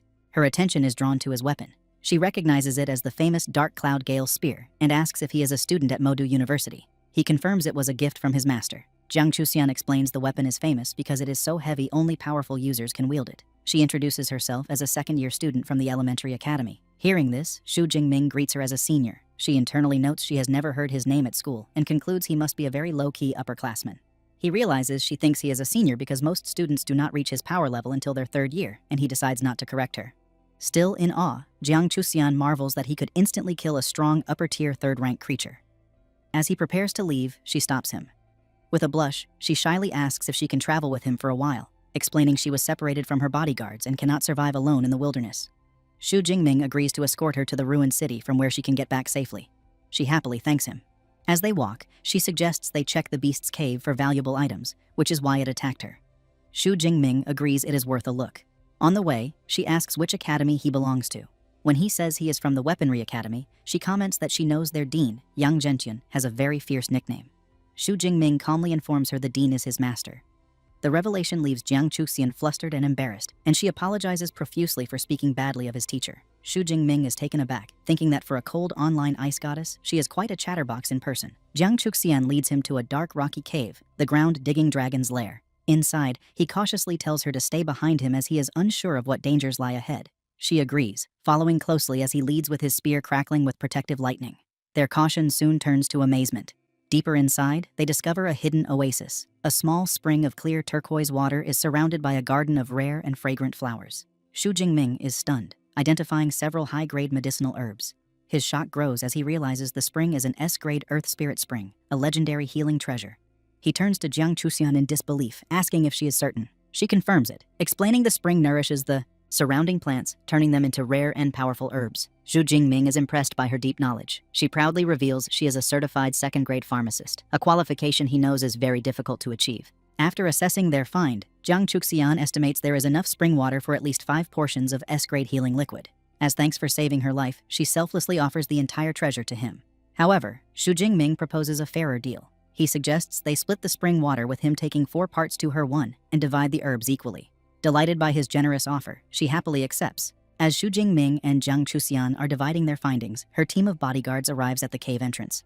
One man is skeptical, questioning what could be valuable in an unguarded cave. The team leader corrects him, pointing out traces show it is the lair of a third-rank ground-digging dragon, and dragon nests often contain rare treasures. As they enter, they are surprised to find Jiang Chuxian and Xu Jingming inside. She is startled by their sudden appearance, internally worrying that if this elite team of third-rank users discovers the S-grade spring, there will be trouble. The leader greets her, saying they have been searching for her. He then curiously notes Xu Jingming's presence. Thinking quickly, Jiang Chuxian explains Xu Jingming is a senior from her school she just met. She gestures to the treasure, suggesting that since the herbs are high quality, they should all share. The leader smirks and accepts, but a subordinate whispers to him that the spring seems to be the legendary S-grade Earth Spirit Spring, a priceless treasure. The revelation instantly changes the atmosphere. The bodyguards' eyes glow red with greed as they realize the immense value. Both Xu Jingming and Jiang Chuxian sense the immediate shift in their demeanor. The leader's friendly facade drops, replaced by a menacing grin as he remarks that she does not seem very honest. Realizing the danger, Jiang Chuxian decides to surrender the treasure. She says the team can have everything and tries to pull Xu Jingming away. When he does not move, she urgently whispers that the bodyguards are all peak third-rank users and they stand no chance. However, Xu Jingming calmly replies that he does not consider himself weaker than them. He adds that even if they gave up the treasure, the team would not let them go alive. A chilling thought she realizes is true. The team leader laughs, confirming Xu Jingming's words. He admits that while the boy's tone is arrogant, his guess is correct. He explains their ruthless logic. Jiang Chuxian is famous, and if they let her go, she could expose them online and ruin their careers. Therefore, he concludes it is safer to kill them both and keep the secret buried in the cave forever. Jiang Chuxian refuses to be a liability and makes a difficult choice by swallowing a red power-enhancing bloodburst pill. She becomes determined to fight alongside her rescuer, Xu Jingming. The pill immediately takes effect, causing her A-rank ice superpower to surge violently. She unleashes her power, sending a wave of frost across the ground that begins to freeze the feet of the bodyguards. The team leader remains unfazed and gives his orders. He instructs one man, Zhou Chong, to deal with Xu Jingming first, whom he mockingly calls Jiang Chuxian's lover. The rest of the team is ordered to secure the cave entrance. With the plan set, the leader turns his attention to Jiang Chuxian. His body transforms due to his C-rank ability, turning him into a massive, ferocious, saber-toothed tiger. He menacingly tells her that her life ends today. His men make cruel and lewd remarks, suggesting they should record everything before killing her, revealing their monstrous nature. Jiang Chuxian feels filled with despair, horrified to be facing beasts in human skin. She cannot accept dying in such a place. and her greatest regret is dragging Xu Jingming into her fatal situation. She turns to warn him only to be shocked by what she sees. In a flash, the battle turns. The tiger-transformed leader's eyes widen as he senses movement. Before anyone can react, Xu Jingming appears behind Zhou Chong, his spear already through the man's chest. The bodyguard collapses, defeated in an instant. Xu Jingming looks down on his fallen foe coldly, remarking that even a third-tier fighter is not much of a threat. The leader is stunned by Xu Jingming's incredible speed, unable to understand how his mid-tier third-rank subordinate was taken down so easily. He realizes with a grim expression that he has misjudged the situation and Xu Jingming is the true threat. Roaring with fury, he unleashes his own attack, swinging his massive axe in a devastating tiger roar slash. However, Xu Jingming effortlessly dodges the powerful blow, his body a blur of purple lightning. As he dodges, he analyzes his opponent's strength, concluding that the peak third-tier captain's raw power is far stronger than his own, and he realizes he can no longer afford to hold back. The tiger-transformed leader and his men are left confused by Xu Jingming's display of power. Realizing he is facing a much stronger opponent than he thought, Xu Jingming decides he can no longer hold back and unleashes a hidden power, activating his Thunder Extreme mode. A massive violent surge of raw purple lightning erupts from him, tearing his shirt and revealing a newly muscular physique. Jiang Chuxian can only watch in stunned silence, her face a mix of awe and concern. The sheer force of this transformation shocks the tiger leader, who stares at the dark swirling energy and wonders what kind of monster Xu Jingming is. Xu Jingming's appearance changes dramatically. His eyes now glow a piercing blue with slitted pupils, and two large demonic horns sprout from his head, completing his terrifying new form. He revels in the incredible surge of power, finding the feeling amazing. After a moment of shock, the leader dismisses the change, believing it to be just a special mode meant to be intimidating. Regaining his confidence, he prepares to attack again. With a ferocious grin, Xu Jingming rushes forward. The two warriors clash, the leader using a defensive skill called Lying Tiger Stone, certain his armor can withstand any attack from a lower-rank user. However, he is proven fatally wrong as Xu Jingming's own Lightning Gale Slash connects with his weapon. The force of Xu Jingming's attack is overwhelming, shattering the leader's powerful armor. The impact sends the massive Tiger Man flying backward, completely defeated. Xu Jingming stands confidently in his transformed state, declaring his body is now 3 to 4 times stronger, a level of power the leader's tough beast-like hide could not withstand. The battle is not over. With their leader defeated, another bodyguard lunges at Xu Jingming, unleashing a powerful B-rank skill, the Flame Claw. Even in his transformed state, Xu Jingming's control is absolute. He effortlessly blocks the fiery assault with his own lightning. The bodyguard is left in utter disbelief, unable to comprehend how his advanced technique could be so easily stopped by a supposedly lower-ranked opponent. Xu Jingming stands over the now defeated bodyguard, acknowledging his opponent's resilience but remarking that it is expected from a peak third-tier fighter. He declares he will end the fight with one final blow. Terrified, the man begs for his life, offering Xu Jingming the Earth Spirit Spring and all his savings. Xu Jingming coldly dismisses his plea, stating that it is too late for begging. Jiang Chuxian watches the scene, her mind reeling in disbelief. She thinks that the team she hired, who cost a fortune and whose captain was rumored to be invincible, was utterly dismantled. She has never heard of any student from her university with such a powerful record, leading her to wonder if his ability might even be S-rank. With the others defeated, Xu Jingming turns his attention to the remaining bodyguards. In his transformed state, he feels the violent bloodthirsty urges from the Thunder Tyrannosaurus blood resurfacing, and he menacingly tells them it is their turn. The two men are frozen in terror, calling him a demon. Xu Jingming scoffs, retorting that compared to murderers like them, he considers himself far more human. Realizing they are outmatched, the remaining men make a desperate final stand. On their leader's command, they all consume their own blood-burst pills, preparing to fight to the death. The battle that follows is swift and brutal. The scene cuts to the aftermath where Xu Jingming, now back in his normal form but shirtless, stands victorious amidst the defeated bodies of the entire team. The immense power of his Thunder Extreme mode has taken its toll. He leans against a rock wall, breathing heavily and completely exhausted. He reflects that while his transformation is incredibly powerful, the energy drain is severe. Using it for just over 10 minutes is more draining than fighting for several hours. After the intense battle, a concerned Jiang Chuxian rushes to Xu Jingming's side, asking if he is all right. Despite his exhaustion, he reassures her that he is fine and suggests they collect the valuable spring water and herbs before they rest. Standing by the pristine spring, Jiang Chuxian expresses her relief that the bloody fight did not contaminate the precious resource. They proceed to carefully fill several glass bottles with the potent water from the Earth Spirit Spring. After they finish, Xu Jingming notes they collected even more than they had estimated. He hands 1.5 bottles to Jiang Chuxian, insisting she take them as her share, acknowledging that she also fought hard. Overjoyed by his generosity, she thanks him enthusiastically. However, their moment of relief is cut short. Suddenly, Jiang Chuxian stumbles and cries out in pain. She collapses forward against Xu Jingming. He realizes with dread that the severe side effects of the bloodburst pill she took earlier are finally kicking in. Jiang Chuxian feels completely powerless, unable to use her energy and too weak to retrieve clothes from her space ring. Trembling and blushing, she feels deeply embarrassed and worries about making a bad impression. Seeing her condition, Xu Jingming states the pill's side effects are strong and that he will take her somewhere to rest. Without waiting for a response, he lifts her into his arms, which surprises and flusters her. As he carries her, her heart beats rapidly, and she wonders if this is because it is her first time being so close to a man. Xu Jingming carries her to a small grassy clearing and gently sets her down. He tells her to rest there while he collects the remaining herbs. Before leaving, he takes off his own black shirt and offers it to her for cover. Jiang Chuxian accepts it, thinking about his kindness and consideration. While she recovers, Xu Jingming turns his attention to the defeated bodyguards. He takes a space ring from one and examines its contents, finding the loot from the elite team disappointing. Only some cash, beast materials, herbs, and a C-grade combat technique. Holding the 2 rings, he hopes to trade them for a single larger one, thinking carrying his long spear is very inconvenient. Jiang Chuxian calls out to him from the ground. She explains the earth spirit spring can help with her weakness and timidly asks for a sip. Xu Jingming gives her some spring water in a vial, and she drinks it eagerly. Instantly, she sighs in relief as her strength begins to return. She tells him she feels much better, though she estimates needing another 3 to 4 hours to recover completely. She marvels that the pill's side effects can be countered and comments on the miraculous nature of the S-grade Earth Spirit Spring. Xu Jingming considers her recovery time and realizes night will fall in a few hours. For their safety, he suggests resting in the cave overnight. The thought of spending a night alone with a man in a dark cave leaves Jiang Chuxian utterly shocked and flustered.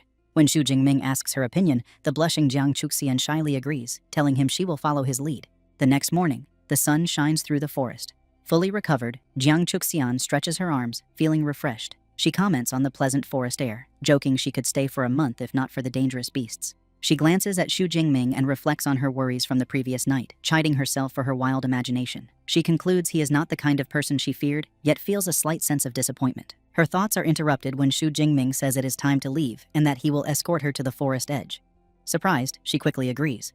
The two then run through the woods with Xu Jingming in the lead. Suddenly he stops abruptly, putting his arm out to prevent her from going further. A moment later, a massive flaming creature leaps over their heads. Jiang Chuxian looks up in terror, identifying it as a powerful 5th-tier blazing tiger. The great beast lands far ahead and continues to flee. Peeking from behind a tree, Xu Jingming wonders if the tiger did not notice them, but Jiang Chuxian observes its panicked state and suggests it is running for its life. Her eyes widen as she realizes what must be chasing it, a massive horde of gray wolf-like beasts with red eyes rushing past. In a hushed tone, she explains they are iron-toothed rats. She clarifies that while they are only 1st-tier beasts, in a swarm they are incredibly dangerous and could overwhelm a 6th-tier powerhouse. Now she understands why the blazing tiger was forced to flee. Faced with the swarm, Jiang Chuxian panics and urges Xu Jingming to flee. Reacting instantly, he grabs her hand and they turn and run with the horde of rats in hot pursuit. As they sprint, Xu Jingming knows the rats have incredible stamina, making a simple escape impossible. With the supply base 90 kilometers away, he realizes they need to move faster. His spear slows him down, and he declares he must abandon it. However, Jiang Chuxian quickly offers a solution, telling him her space ring is large enough to hold it. She effortlessly stores the heavy spear, freeing him. Now much lighter, Xu Jingming notes that holding hands is still too slow. He suggests it would be more efficient for him to carry her on his back, a proposal that leaves a stunned Jiang Chuxian speechless. Before she can object, he swiftly lifts her onto his back and continues their escape at an even greater speed. He eventually breaks out of the forest and into a ruined city. However, their relief is short-lived. They see the swarm devouring another beast's corpse. Xu Jingming grimly realizes their worst fear has come true. The rat tide has overrun the entire area. Cornered, he declares they must fight. He activates his Thunder Extreme mode, his body erupting in purple lightning as demonic horns sprout from his head. He tells a frightened Jiang Chuxian to hold on tight as he charges into the horde. He becomes a blur of destructive energy, cutting through the rats and earning ability points for each kill. Meanwhile, at a military outpost, Manager Wang Chuang and his team monitor the crisis. An official reports the rat tide is over 300,000 strong. Wang Chuang, looking grim, remarks it will be a devastating blow to the ecosystem. A subordinate shows a map of trapped ability users, lamenting that most will likely be devoured. Wang Chuang worries about Xu Jingming, thinking that unless his master Yang Zhentian intervenes, no one can save him if he is caught. Suddenly, a soldier spots a massive sphere of purple lightning on the monitors. Wang Chuang orders his troops to prepare to engage. A report comes in that the target is moving at 80 meters per second. The soldiers open fire, but their bullets are useless against the powerful energy barrier. Unleashing his full power, Xu Jingming, still in his demonic form, leaps high into the air with Jiang Chuxian soaring over the military blockade. He lands gracefully among the startled soldiers as his transformation fades. The soldiers are left in stunned silence. One exclaims he thought the approaching energy was a lightning beast, not a person. Another remarks on the man's terrifying aura, while a third finds the girl's silhouette strangely familiar. Now back in his normal form, shirtless and exhausted, Xu Jingming tells Jiang Chuxian they have reached the supply base and are safe. A relieved Jiang Chuxian holds his arm, thanking him. Just then, manager Wang Chuang rushes over. Recognizing Xu Jingming, he asks if he can help after his escape. Xu Jingming explains he ran for over 40 minutes from the mountain area and is exhausted, asking only for a room to rest. Internally, Wang Chuang is astounded, knowing the mountains are over 90 kilometers away. He thinks even a 4th-tier ability user would struggle to break through the horde from such a distance. Eager to help, Wang Chuang offers to arrange a room, but Jiang Chuxian steps in, stating she will take care of him. As she supports the weary Xu Jingming, nearby soldiers begin to gossip. They recognize her as Goddess Jiang and comment on how lucky the young man is. They speculate about their relationship, with one soldier lamenting that his goddess has been stolen. 2 full days and nights later, Xu Jingming finally awakens in a comfortable bed. He finds Jiang Chuxian by his side, who greets him with a cheerful smile. She tells him he has been asleep for a long time and she was about to give him some Earth Spirit Spring to help him recover. Surprised he slept so long, Xu Jingming asks about the wilderness. Jiang Chuxian informs him the rat tide has not yet receded, so the area is under lockdown. She adds that after it is over, there will likely be very few beasts left. Realizing there is no reason to stay, Xu Jingming decides to return to the university as the semester is about to begin. Hearing this, Jiang Chuxian says she is also going back and suggests they travel together. Xu Jingming readily agrees. As they make plans, Jiang Chuxian remembers something she promised. She presents him with the autographed picture he had asked for. To Xu Jingming's complete surprise, the photo shows her posing suggestively in revealing lingerie, far from what he had expected. Flustered by the revealing photo, a blushing Xu Jingming explains to Jiang Chuxian that he asked for it on behalf of a friend and suggests this one is too inappropriate, requesting a more ordinary one instead. Jiang Chuxian is surprised, realizing she misunderstood his intentions. Internally mortified, she scolds herself for assuming he was interested in her. Flustered, she offers to give him a new photo and asks for the revealing one back. However, Xu Jingming looks down at the picture and shyly asks if he could keep it for himself, which surprises her. A pleased smile spreads across her face as she tells him he can. Trying to change the subject, a flustered Xu Jingming says that since he has been asleep for 2 days, he needs to book a train ticket for their return. Jiang Chuxian dismisses the idea of a train, explaining that she drove her car and offers him a ride back. Later, they drive back in a stylish yellow convertible sports car. As they travel, Xu Jingming remarks that only a major online celebrity like her would own such a limited edition car and notes it is his first time in a self-driving vehicle. Jiang Chuxian casually explains it is simple to manage. They soon arrive back at the Modu Superpower University campus. Having changed into casual clothes, they get out of the car, and Xu Jingming now carries his spear on his shoulder. Their arrival does not go unnoticed as students admire Xu Jingming's handsome appearance, but lament that he seems to have an equally beautiful girlfriend. Walking through campus, Xu Jingming reflects on how much his strength has changed in the month and a half he was away. Jiang Chuxian asks which district his dorm is in. He tells her District 3. Since she lives in District 2, she suggests they part ways there. Before they leave, Jiang Chuxian tells Xu Jingming not to hesitate to ask if he ever needs anything. He agrees. Just as they are about to part, Jiang Chuxian quickly steps forward, surprising Xu Jingming. She leans in and gives him a quick kiss on the cheek. With a playful smile, she tells him it is a small thank you for saving her life. She then waves goodbye and walks away, leaving a blushing Xu Jingming behind. He touches his cheek, still processing the gesture, and thinks to himself that he was just forcefully kissed. Later in her luxurious dorm, Jiang Chuxian sits on her bed, thinking someone as powerful as Xu Jingming cannot be unknown. Deciding to investigate, she opens her laptop to search for his information. She muses that all the recent campus buzz is about freshmen. Soon she finds his detailed file. As she reads, her expression turns to pure shock. She discovers Xu Jingming is a freshman and an upper second-tier user. With a pout, she realizes she has been calling him senior the entire time and calls him a big liar. She playfully vows to tease her junior brother next time they meet. Meanwhile, back in his dorm, Xu Jingming reviews his gains from the trip. He completed his missions, acquired 2 space rings, and now has over 25 million in his bank account. He regrets that the rat tide cut his hunt short, preventing him from collecting more ability points. His system panel confirms his new status as an upper second-tier user with an S-rank ability, and he has 3,712 ability points. He feels confident this is enough to learn powerful S-rank combat techniques. His thoughts are interrupted as his roommate Liu Wentao bursts into the room. He exclaims that Xu Jingming is finally back and scolds him for not giving a heads up, saying he was worried after hearing about the rat tide. Xu Jingming confirms the tide happened but assures him the military is now handling it. As he speaks, Liu Wentao suddenly senses a change in his roommate's aura. His eyes widen in shock as he realizes Xu Jingming has broken through to the second tier. Xu Jingming calmly corrects him, stating he is an upper second tier user now. Liu Wentao is amazed. Xu Jingming explains he had a few near-death encounters but was lucky enough to survive and achieve a breakthrough. Liu Wentao is impressed, saying Xu Jingming is no ordinary person and wonders if he should also try a life-or-death situation to get stronger. Xu Jingming immediately advises against it, telling his friend his situation was special and the wilderness is too dangerous for him. Liu Wentao agrees not to go, then remembers something important. He tells Xu Jingming that Song Chuyun came looking for him several times and suggests he should contact her. Xu Jingming says he will, then remembers the gift he brought back. He hands the autographed photo to a confused Liu Wentao. A moment later, Liu Wentao's confusion turns to pure ecstasy. His eyes turn into hearts as he stares at the photo of Goddess Jiang, and he lets out a scream of pure joy. Back at the university, Xu Jingming goes to the Battle Technique Library. He reflects that the 4 missions he completed earned him 871 credits, a fast way to accumulate them. Sitting at a desk, he summons the AI Eva and tells it to display all available S-rank lightning combat techniques. Instantly, holographic displays appear showing powerful skills. He sees techniques like Thundermark, which inflicts massive lightning damage, and Thunder Prison, which creates an unbreakable lightning barrier. As he browses, he is surprised that a top-tier school like Modu University only has just over 20 S-rank lightning techniques. Knowing these skills are crucial for his future, he resolves to choose carefully. He continues sifting through the options, eventually focusing on 2. Heavenly Thunder Art, a ranged ability that summons natural lightning, and Thunder Armor, a defensive skill that creates a shield. He decides they are a perfect combination of long-range offense and defense. While a normal person might have to specialize, Xu Jingming smirks, thinking that with his cheat system, he can simply take them all. He discovers Heavenly Thunder Art is a prerequisite for a more powerful SSS rank technique called Myriad Heavenly Thunder Guide. He begins studying the manual and is struck by its complexity, finding it even more intricate than his Thunder Indestructible Body technique. The difficult content makes him sweat, and he thinks it is harder than understanding professional literature during his doctoral studies in his past life. After 6 long hours of intense study, an exhausted Xu Jingming slumps over his desk. He sighs, having finally gained a basic understanding.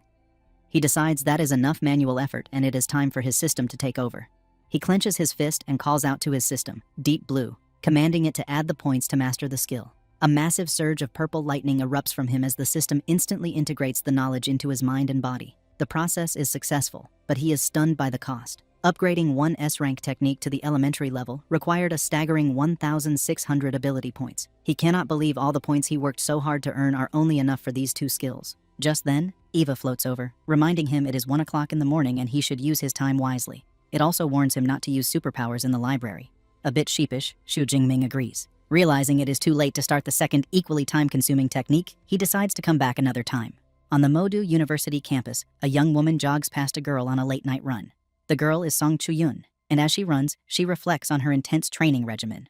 For over a month, she has been pushing herself to train late, a dedication that surprises even her. She is determined to challenge Xu Jingming when he returns, vowing to show him that she is the true #1 freshman. Her training is interrupted when she spots a large bird silhouetted against the full moon. It is a massive, menacing creature with red eyes, which she identifies as a white-ringed black feather eagle. She analyzes the threat, noting the eagle uses speed and camouflage to hunt in cities. She estimates it to be around the 3rd tier and concludes it would be a very difficult opponent. Suddenly, a loud noise from above startles her. She looks up, confused to hear thunder with no clouds in the sky. A moment later, a massive sphere of purple lightning materializes and explodes in the night sky, striking the eagle and tearing it to pieces in a shower of blood and feathers. Staring in disbelief at the raw power, Song Chuyun wonders which high-level lightning user could have destroyed the beast so effortlessly. Given the distance, she realizes the attack must have come from within the campus. She speculates it must have been a powerful senior student or a university mentor. The true source of the attack turns out to be Xu Jingming, standing in a secluded wooded area, surrounded by the crackling remnants of his power. A confident smirk is on his lips as purple lightning swirls around him. He reflects on his test, thinking that even this small demonstration shows the astonishing power of his new S-rank combat technique, the Heavenly Thunder Art. Xu Jingming receives a system notification confirming he kills a mid-tier 3rd-rank white-ringed black feather eagle, earning 34 ability points. He is amazed by the Heavenly Thunder Art's destructive force, its near-kilometer range exceeding his expectations. As he walks away pleased, a mysterious young man watches from the trees, finding the famous freshman interesting. The next morning, as Xu Jingming prepares to leave his dorm, Liu Wentao asks where he is going so early. Xu Jingming explains he is heading to the Battle Technique Library to study for the freshman competition. Liu Wentao is amazed by his dedication, thinking it is inhuman to train after returning from the wilderness, and decides he should also train after breakfast. Walking across campus, Xu Jingming hears Song Chuyun call his name. She expresses relief that he returned safely, then reminds him of his promise to spar. When he asks if she is sure, she confidently claims he should not underestimate her as her province's top scorer. Xu Jingming agrees to spar later, but an impatient Song Chuyun grabs his hand and drags him toward his dorm's training room. He finds her impatience amusing and wonders why she is so eager. Internally, Song Chuyun smirks, excited to reveal she has advanced to the 2nd tier. They arrive at the training room where Liu Wentao and Chi Dongxia wait. Xu Jingming readies his spear. Song Chuyun taunts him not to lose badly. He warns she cannot beat him without a weapon. She smirks and summons a massive halberd from her space ring. It materializes in a flash, which surprises him. A Fangtian halberd is rare for a girl. With it in hand, she vows to defeat him, and he calmly accepts. From the sidelines, Liu Wentao grins and declares the outcome already decided, making Qi Dongxia laugh. As the match begins, Xu Jingming senses her aura and realizes she has reached lower second tier, which explains her confidence. He is not concerned. A surge of purple lightning erupts from him, shocking Qi Dongxia, who exclaims it is impossible he is already upper second tier. A smug Liu Wentao teases her, insisting he already told her. Song Chuyun freezes, realizing her plan has backfired. She wonders how his promotion speed is so far above hers despite both being provincial top scorers. Surrounded by lightning, Xu Jingming asks if she wants to continue. Flustered, she agrees but begs him not to use too much force. He praises her adaptability and offers her the first move. With determination, she unleashes her A-rank ability, Light of Dawn. Brilliant light engulfs her halberd as she leaps forward. He notes it is his first time seeing a weapon-enhancing technique and swings his spear to meet her attack. Lightning and light collide in a brilliant explosion. With a relaxed smile, he parries her strike with overwhelming strength, sending her stumbling back. He remarks that her technique is impressive, but lacking in real power. Liu Wentao claps in admiration, saying it was beautiful to watch him block her famous technique so easily. Song Chuyun refuses to give up and unleashes a flurry of attacks, her halberd creating afterimages. Xu Jingming remains calm, deflecting every strike with casual ease. He critiques her speed, power, and footwork one by one, leaving her breathless. She collapses against her halberd. Shocked, he countered an A-rank technique of over 100 strikes without using any skill. She guesses his spear mastery must be beyond advanced. He confirms it. His proficiency has reached master level. This revelation leaves her wide-eyed. She exclaims that she has trained since age 8 and only reached advanced level. Calling him a monster, she concedes the match, admitting she cannot surpass him with his S-rank ability and talent. He asks if she wants to test his other techniques, but she declines, saying her abilities are useless against his defense. As thanks, she invites him to lunch. He accepts. She says she'll see him at noon and leaves with Qi Dongxia, who comments that he is clearly the stronger one. After they leave, Liu Wentao gives him a thumbs up, calling him the strongest. Xu Jingming modestly replies that Song Chuyun is not weak, and her advancement speed is impressive. Liu Wentao chuckles and says the only reason she looks weak is because Xu Jingming's power is absurd. He then reveals she is the great-granddaughter of Song Daoyuan, a legendary S-rank grandmaster. The news leaves Xu Jingming speechless. He remembers reading about the man in historical texts. Liu Wentao explains that since her family is in Sichuan and she is the grandmaster's most beloved descendant, her rapid progress is normal. Understanding her background, Xu Jingming suddenly feels urgency and rushes back to train. In the library, Xu Jingming masters his second S-rank skill, Thunder Armor. When activated, a shield of purple lightning covers his body. He is impressed by its 90% damage reduction and automatic counterattacks, making it an excellent defense. 4 hours later, he checks his system panel and sees he has just over 700 ability points left after learning his 2 new skills. He notes he will need another wilderness trip soon. With preparations complete, he turns his focus toward the freshman competition. Time passes, and it's September 1st, the day of the freshman competition. Xu Jingming is walking towards the venue with his group and remarks on his friend's peculiar weapons. Qi Dongxia, wielding huge mechanical claws, explains that a unique style helps win faster and her goal is top 50. Song Chuyun says her goal is second place. He raises an eyebrow and asks if she has given up on fighting him again. She nods honestly, saying there is no point since she cannot beat him.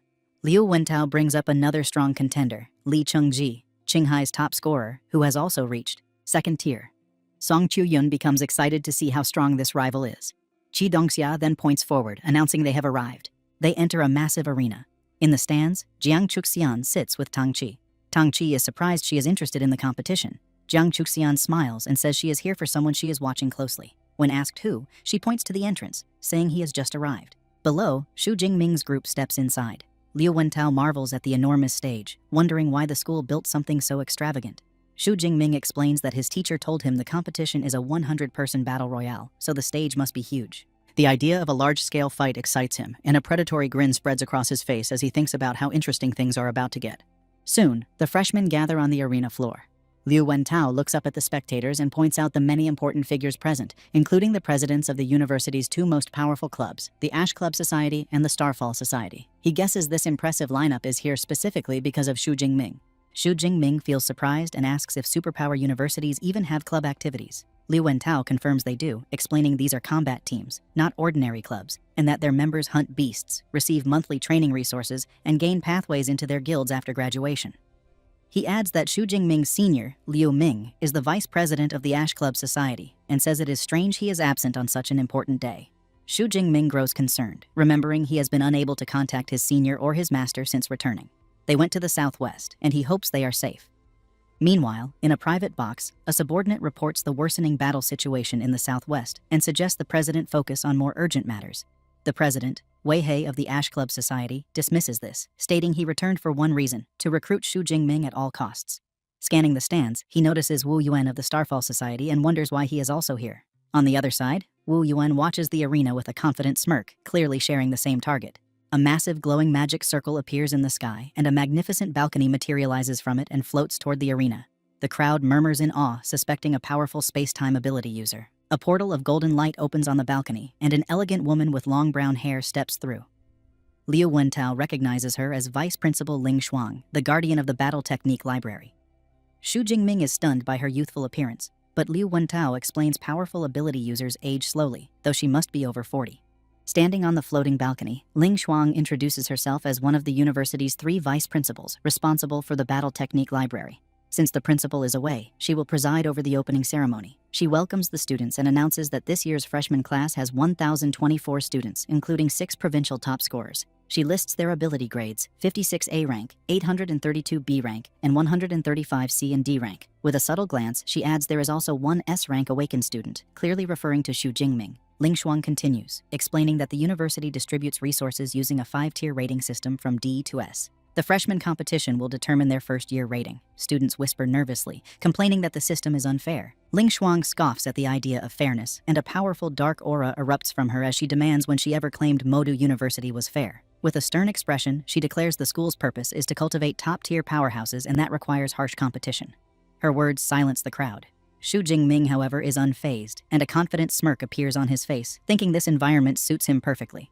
Ling Shuang advises students not to hide their strength, as more power means more resources. She then outlines the competition rules. The first stage is a 100-person battle royale, with drones counting each student's number of defeats. There will be 10 rounds. The top 5 from each round advance. She projects the reward list. First place receives a 10 cubic meter space ring, A-grade resources, and 1,000 credits. Second and third place receive A-grade and B-grade suits, rare resources, and credits. The prizes leave the students stunned. She adds that their performance will determine permission levels from C to A, while S rank is granted separately. With that, she passes the ceremony to another dean and leaves in a flash of golden light. Dean Sun Qing's of the Elemental Academy steps forward. She formally announces the start of the freshman competition and reminds them that exceptional performers may be chosen as personal disciples. The students buzz with excitement. Ava begins selecting the first batch of 100 students. Xu Jingming's group notices that Li Chengzhi, Qinghai's top scorer, is chosen. From the stage, Li Chengzhi gives Xu Jingming a provocative smirk. Qi Dongxia points it out, while an annoyed Song Qiuyun calls him arrogant. Liu Wentao thinks Li Chengzhi has made a terrible mistake provoking Xu Jingming. The 100 selected students gather. Dean Sun Qing's now reassures them they will not die, as Ava will generate protective shields in extreme danger and a medical team is ready. With a countdown, the battle begins. The arena erupts into chaos. Spectators focus on a sword-wielding student dominating the field. He has already broken through to the second tier. They identify him as Li Chengzhi. On the battlefield, he cuts down opponents with ease, calling them weaklings. The round ends quickly, and a drone announces he defeated 36 people, taking first place. As he steps down, he looks up at Xu Jingming and challenges him to surpass his score. Watching his arrogance, Liu Wentao sweats and mutters that the guy is begging for disaster. In the stands, a member of the Starfall Society asks their president, Wu Yuan, if Li Chengzhi should become their new focus. Wu Yuan dismisses the idea, saying their target is still Xu Jingming. When asked if he has insider information, Wu Yuan replies it is something he personally witnessed. Ava soon calls the second group. This time, Xu Jingming is among them. His friends cheer for him to show his true strength. Xu Jingming nods calmly. As he steps onto the stage, the remaining contestants panic, complaining about their horrible luck. Many immediately give up on first place and aim only for the remaining 4 spots. Xu Jingming stands confidently, amused that they think distance will save them. From the VIP area, several deans observe. One asks Dean Sun if Xu Jingming is Dean Yang Zhentian's new disciple. She confirms he is the S-rank user. Another dean comments on his impressive aura. But when Xu Jingming reveals his power level, a dean spits out his drink in shock. Xu Jingming has reached the second tier despite awakening only a month ago. The others are equally stunned. Dean Sun quietly notes that Dean Yang is excellent at hiding things. The countdown begins, and as soon as the battle starts, Xu Jingming unleashes a massive vortex of purple lightning that engulfs a huge portion of the arena. The remaining students freeze in disbelief. Standing at the center of the storm, he spins his spear with blinding speed, thinking that compared to slaughtering beasts, fighting humans is still far more enjoyable.